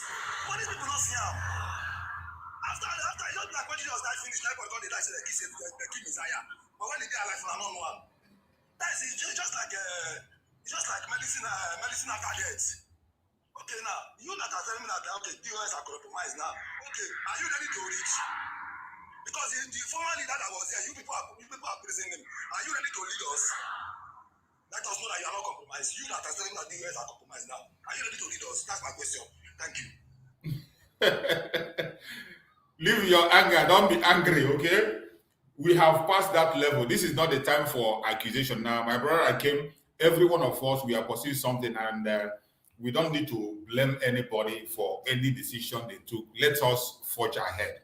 Personally, for me, we have seen many people make many mistakes. Mazi Nnamdi Kanu during his time, people made mistakes and he took them back. Mazi Simon Ekpa, while we were with him, so many fell aside, and when they came back, he also accepted. The most important thing is better late than never. So it is good that things happen. It's good that when things happen, then it will be much more clearer that people who are not clear. These people, their propaganda is so strong that certain times you might not even be able. Can you believe that even up till now, some people are believing propaganda against Mazi Nnamdi Kanu? That is how powerful some of those propaganda are. So I don't blame anybody. The only work we have is those of us now that have strengthened ourselves and we have seen the truth and we continue to stand on the truth. Don't ever. We continue to talk to other people. Those ones that have never convinced themselves, those who are still waiting for conviction. The duty of you and I, every one of us in this platform now, we have a responsibility to reach out to them and speak to them. Bygone is bygone. Like Mazi Nnamdi Kanu, that's one of his video I played, Mazi Nnamdi Kanu video I played, where he was saying that if we continue to blame each other, that won't get anywhere. That if for the fact that today you can see an Igbo man marrying an Hausa woman, an Igbo man marrying a Yoruba woman, and looking back and seeing what they did to us during the Civil War, and still yet you go and marry. If you can forgive and marry at this time around, why would we have grudges among ourselves? Every one of us from the old Southeastern region, from the old entire old South, we are one people. Excuse me, sir. So you are telling me that? Excuse me, sir. Sorry to cut you short. Yeah. So, go ahead.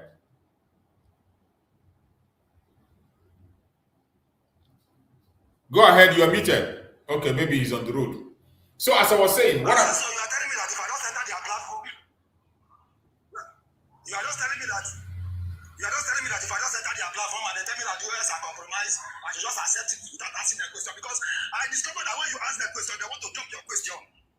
They don't want to answer your question straight. I have got the meaning of the platform. But when you ask the question, I went to one platform. He was pitching the US was compromised, blah, blah, blah, blah, blah. And I asked him, okay, Nnamdi Kanu is in prison for how many years? He has not talked about the. I asked him, okay, what about Simon Ekpa in prison for? He said, if Simon Ekpa is a terrorist, who is going to lead the journey? Anybody that lead the journey, I went to prison, you will forget him. I remember Nnamdi Kanu. And you think, I've never seen. you said the person told you that Simon Ekpa is a terrorist? Yeah? No, any platform you go and they refer to our Prime Minister Mazi Simon Ekpa as a terrorist, already know, you know that person is not in a struggle. Not even the new HOD cannot say that. The new HOD cannot say that. You can go and check the videos that I'm making now. The video, go and check the. Because we know what we saw on this TikTok. We know what we saw on this TikTok then. It was like we are the one that want to spy Biafra. We are the one following someone. I understand you, my brother. I understand your anger. I understand your anger. I understand you very well. But what I'm saying is that we should calm down. Let us not blow out of proportion. Let us not get angry, excessively angry. We should be happy now that at least we have been vindicated. That should be the joy. For me, that is my joy. Yo. Even I'm praying that man should come out and with his ears, he will be hearing all this apology and all this confession. My happiness today is that we have been vindicated. That should be the joy. It's not about, let's leave about the accusation and all that. The joy I have today is that we, those of us who stood our ground, have been vindicated. And fingers are not equal. Some people understand fast, some people understand slowly. But anybody that is still today, some people even up to today, they're not even understanding. You can imagine today that some people are even joining them to attack Mazi Nnamdi Kanu. That is how bad it is. That is how bad it is. There are people that are still joining them to attack Mazi Nnamdi Kanu. So if people can still join to attack Mazi Nnamdi Kanu, then you wouldn't be surprised whatever happens in the past. The most important thing today is that we have to be happy that we have been vindicated. If you are one of those who saw this thing from day one, if you're one of those who saw it from the time Mazi Nnamdi Kanu was kidnapped, you are one of the first thinkers. You've seen it. Every one of us should be happy today that finally we have indicated. That should be our job and nothing else. So I appreciate you, my brother, and keep it up. Be strong. Don't get discouraged. Don't go and begin to fight person. Don't engage in any war with any person. We are in a time of reconciliation. Every one of us, we are one family. Let us build a formidable family so that when we move out, just like one of the videos that Mazi Simon Ekpa made that video. I have the program here when he said that in every group, they have what they can offer. The IPOB have something in them that others don't have. The Briggy have something in them that others don't have. Other groups have something they don't have. Even Avid, Rising Sun, and so many other groups out there, they have something that others don't have. So any place you know that you can do it best, do your own. By when we put everything together and push it out there, nothing is going to stop Biafra from coming. The only people we have to reject and reject them with everything they come with are the people who are standing against our supreme leader Mazi Nnamdi Kanu, or somebody who will come and speak against Mazi Simon Ekpa. Even after every evidence, you will still speak against Mazi. When you see those people, you don't even need to challenge them. You don't even need to interact with them. Just walk away from them because they know where they belong. So I thank everybody who has been part of the program. Every one of you that joined me on TikTok. The same chicken does here that is telling you that Simon is fighting for the power. Is the one fighting for the power now? That's the irony of it now. I don't know what is going on. That is it. That's the irony of it. It is good. It is good that things happen. When things happen, then the truth will come out and people who doesn't understand will understand better. So I thank everybody that have joined on the program. We are going to meet again. Hopefully in the evening, I'm going to come back again later in the evening for another program or tomorrow. Thank you so much. All those who are watching, either you're watching from Facebook, from YouTube, from X, or from TikTok. I appreciate everyone that have joined us on this program. May Chukwu be my guide. To the sacred code, the ground beneath us does not yield to seasonal guests. The tenant cannot sack the landlord. The employee can never sack the employer. Mazi Nnamdi Kanu remains the supreme leader of IPOB. His command is final. Whatever he says goes. Pursuant to the strict authority of the supreme leader and the sacred unyielding IPO code of conduct, the third administration of the DOS is hereby dissolved. The sentence is passed, your names are permanently erased. Chikaedozi, you are sacked. Tony Nzurumike, you are sacked. Austin Agbanyim, you are sacked. Chukurio Forma, you are sacked. Isaiah Uba, you are sacked. Collins Chinedu, you are sacked. Chinazan Woru, you are sacked. Fidelis Ejogu, you are sacked. Chidin Manworu, Juliet Edward Filatro, you are sacked. You are indefinitely expelled. You are Nigerian agents. Stay off from IPOB. You no longer speak. You no longer act for the children of light. The employee cannot fire the boss. Tenant cannot sack the landlord. Mazi Nnamdi Kanu is the leader, the supreme leader of IPOB. Through the trials, through the chains, his word remains absolute. Whatever Mazi Nnamdi Kanu says goes. Whatever the supreme leader says goes. They thought darkness could hide the shadows of greed. They forgot the soil remembers every treacherous deed. After the illegal extraction, when the leader was taken away, the enemies of the struggle came out to play. Governor Dave Umahi paid $500,000, a blood money bribe to buy collars for the scholars of shame. They took the cash, sabotaged the release, and traded the crown, bribing media houses just to tear the leader's legacy down. But the truth is a rock, it crushes the hand that betrays. But in the darkest hour, the true guardian stood high, refusing to let the message of restoration die.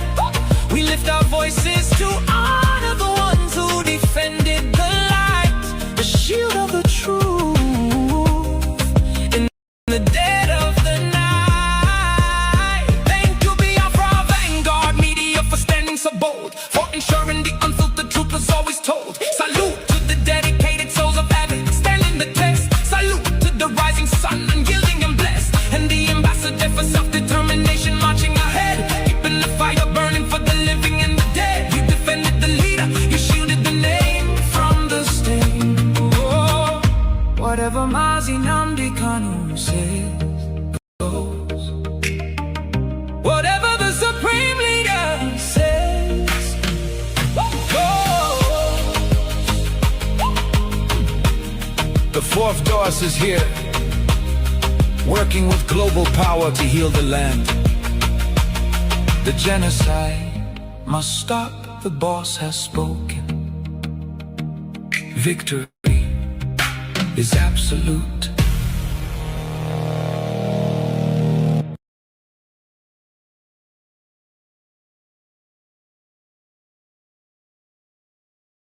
Experience poverty and deprivation. And you know, they are very clever. They will keep you busy with 2023. As they came into our land, they have seen that we have managed to secure our land. ESN is doing the job right now in Ebonyi State. In Anambra, we are fighting. In Enugu, we are fighting. Around the Nsukka corridor, we are fighting every blessed day. They know that ESN, that this IPOB that I lead by the great special grace of Elohim, will not allow them to enter our land, to conquer it. Never. That is why they are thinking, oh, if our army and police have failed so far, why don't we try the politicians? They are very stupid. They love money so much. Let us try them. That is what they have done. And they have failed woefully and completely.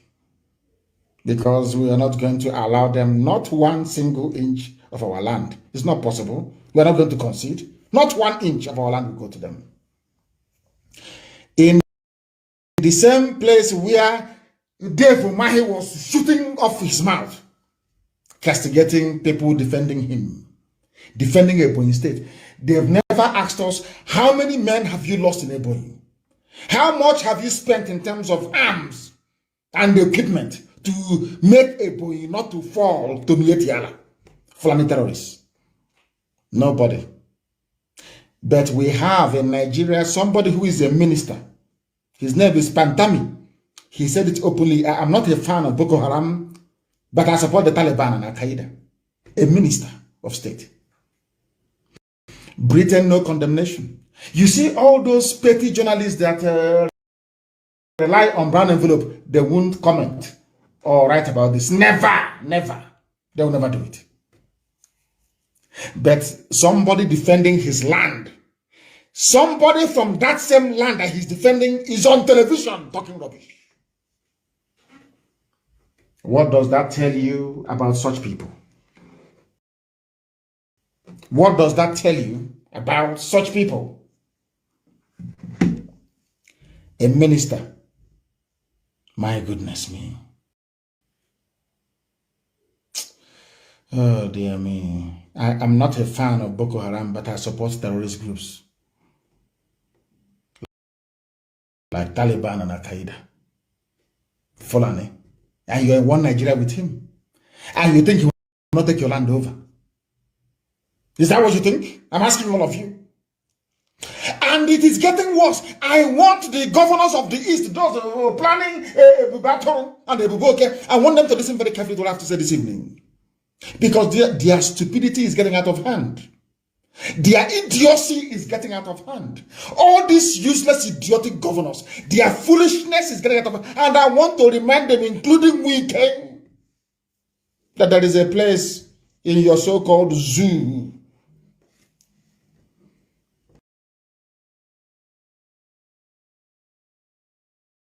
Nigeria, where things are happening.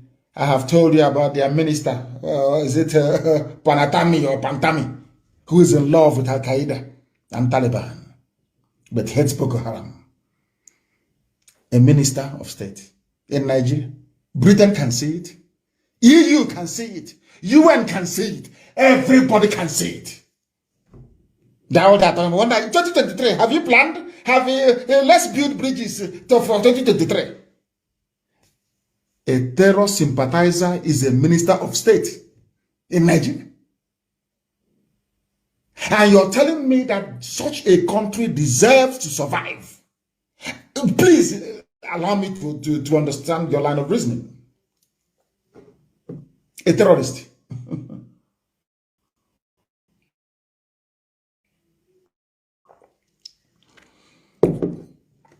Why have they not designated Fulani Bandi or Mietiala to be more precise? Why? Ask yourself this question. But they hurriedly proscribed IPOB with the help of these foolish governors. These people are forming a, should I call it a vigilante group? No logo. Nobody has been employed so far. No arms, no vehicles. They're now saying we'll go back to the House of Assembly to see what they can. They only announced it to try and steal the thunder from ESN. That's all. A show is just what can I put a ruse, more like trying to deflect attention away from ESN. The wonderful work that ESN is doing. Who are the people confronting Fulani terrorists in Delta State? ESN. Who are the people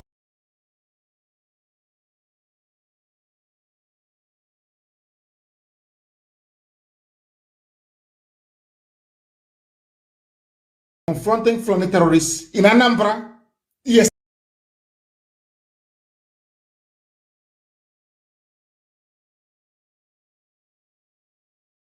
Who are the people confronting Mieti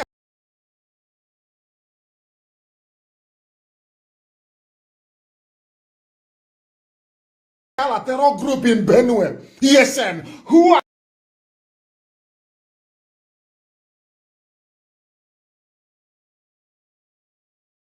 the people confronting Fulani Janjaweed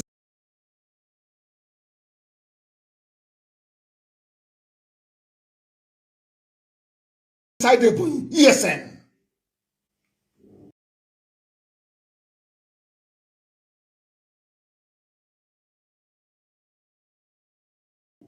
Every blessed day. Not any of your stupid,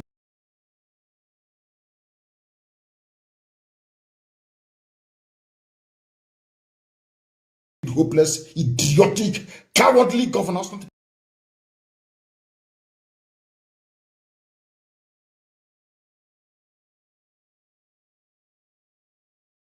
Any of them. God, I can just come out and talk rubbish on TV.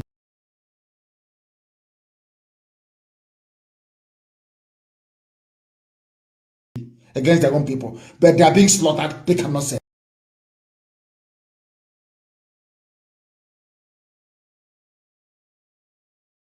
anything. Judgment is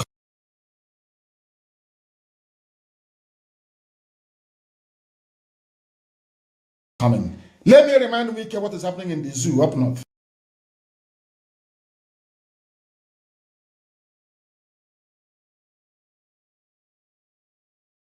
With Mieti Yala. That came out 2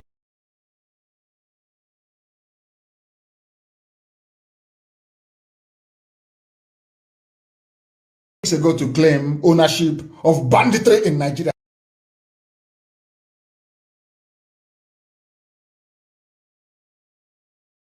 They are not doing it in the open. They know they have useless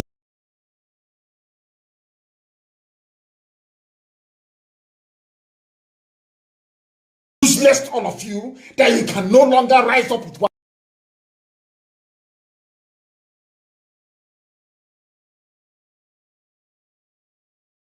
voice to speak because you love money.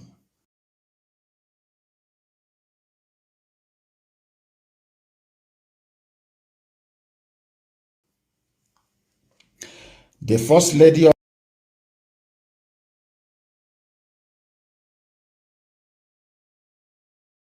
Zamfara State, Hajia Aisha Bello Muhammad,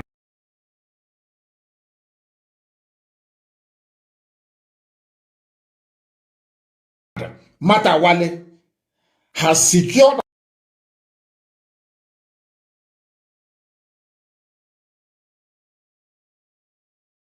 appointments of special assistants to Governor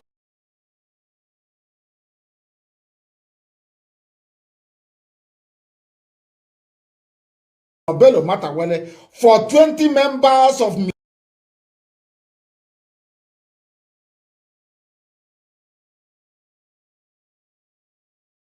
Yala terror group.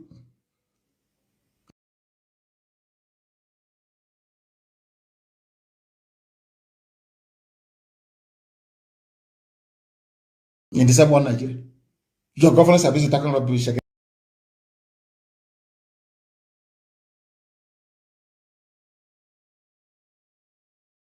their own people. I don't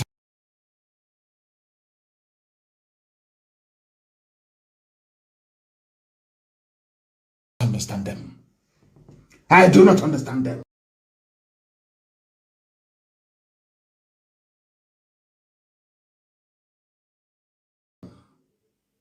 I do not understand them.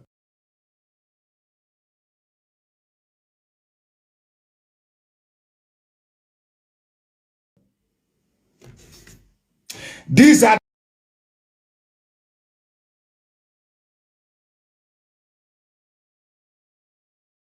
the things we are fighting against. These are the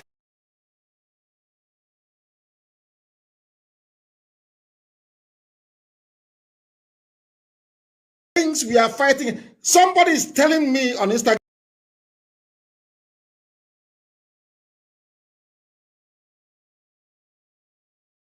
that Fulanis are in my village right now.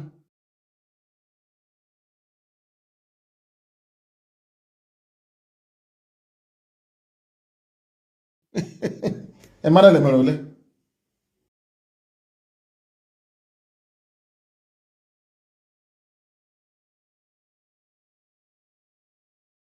They will call our hotline.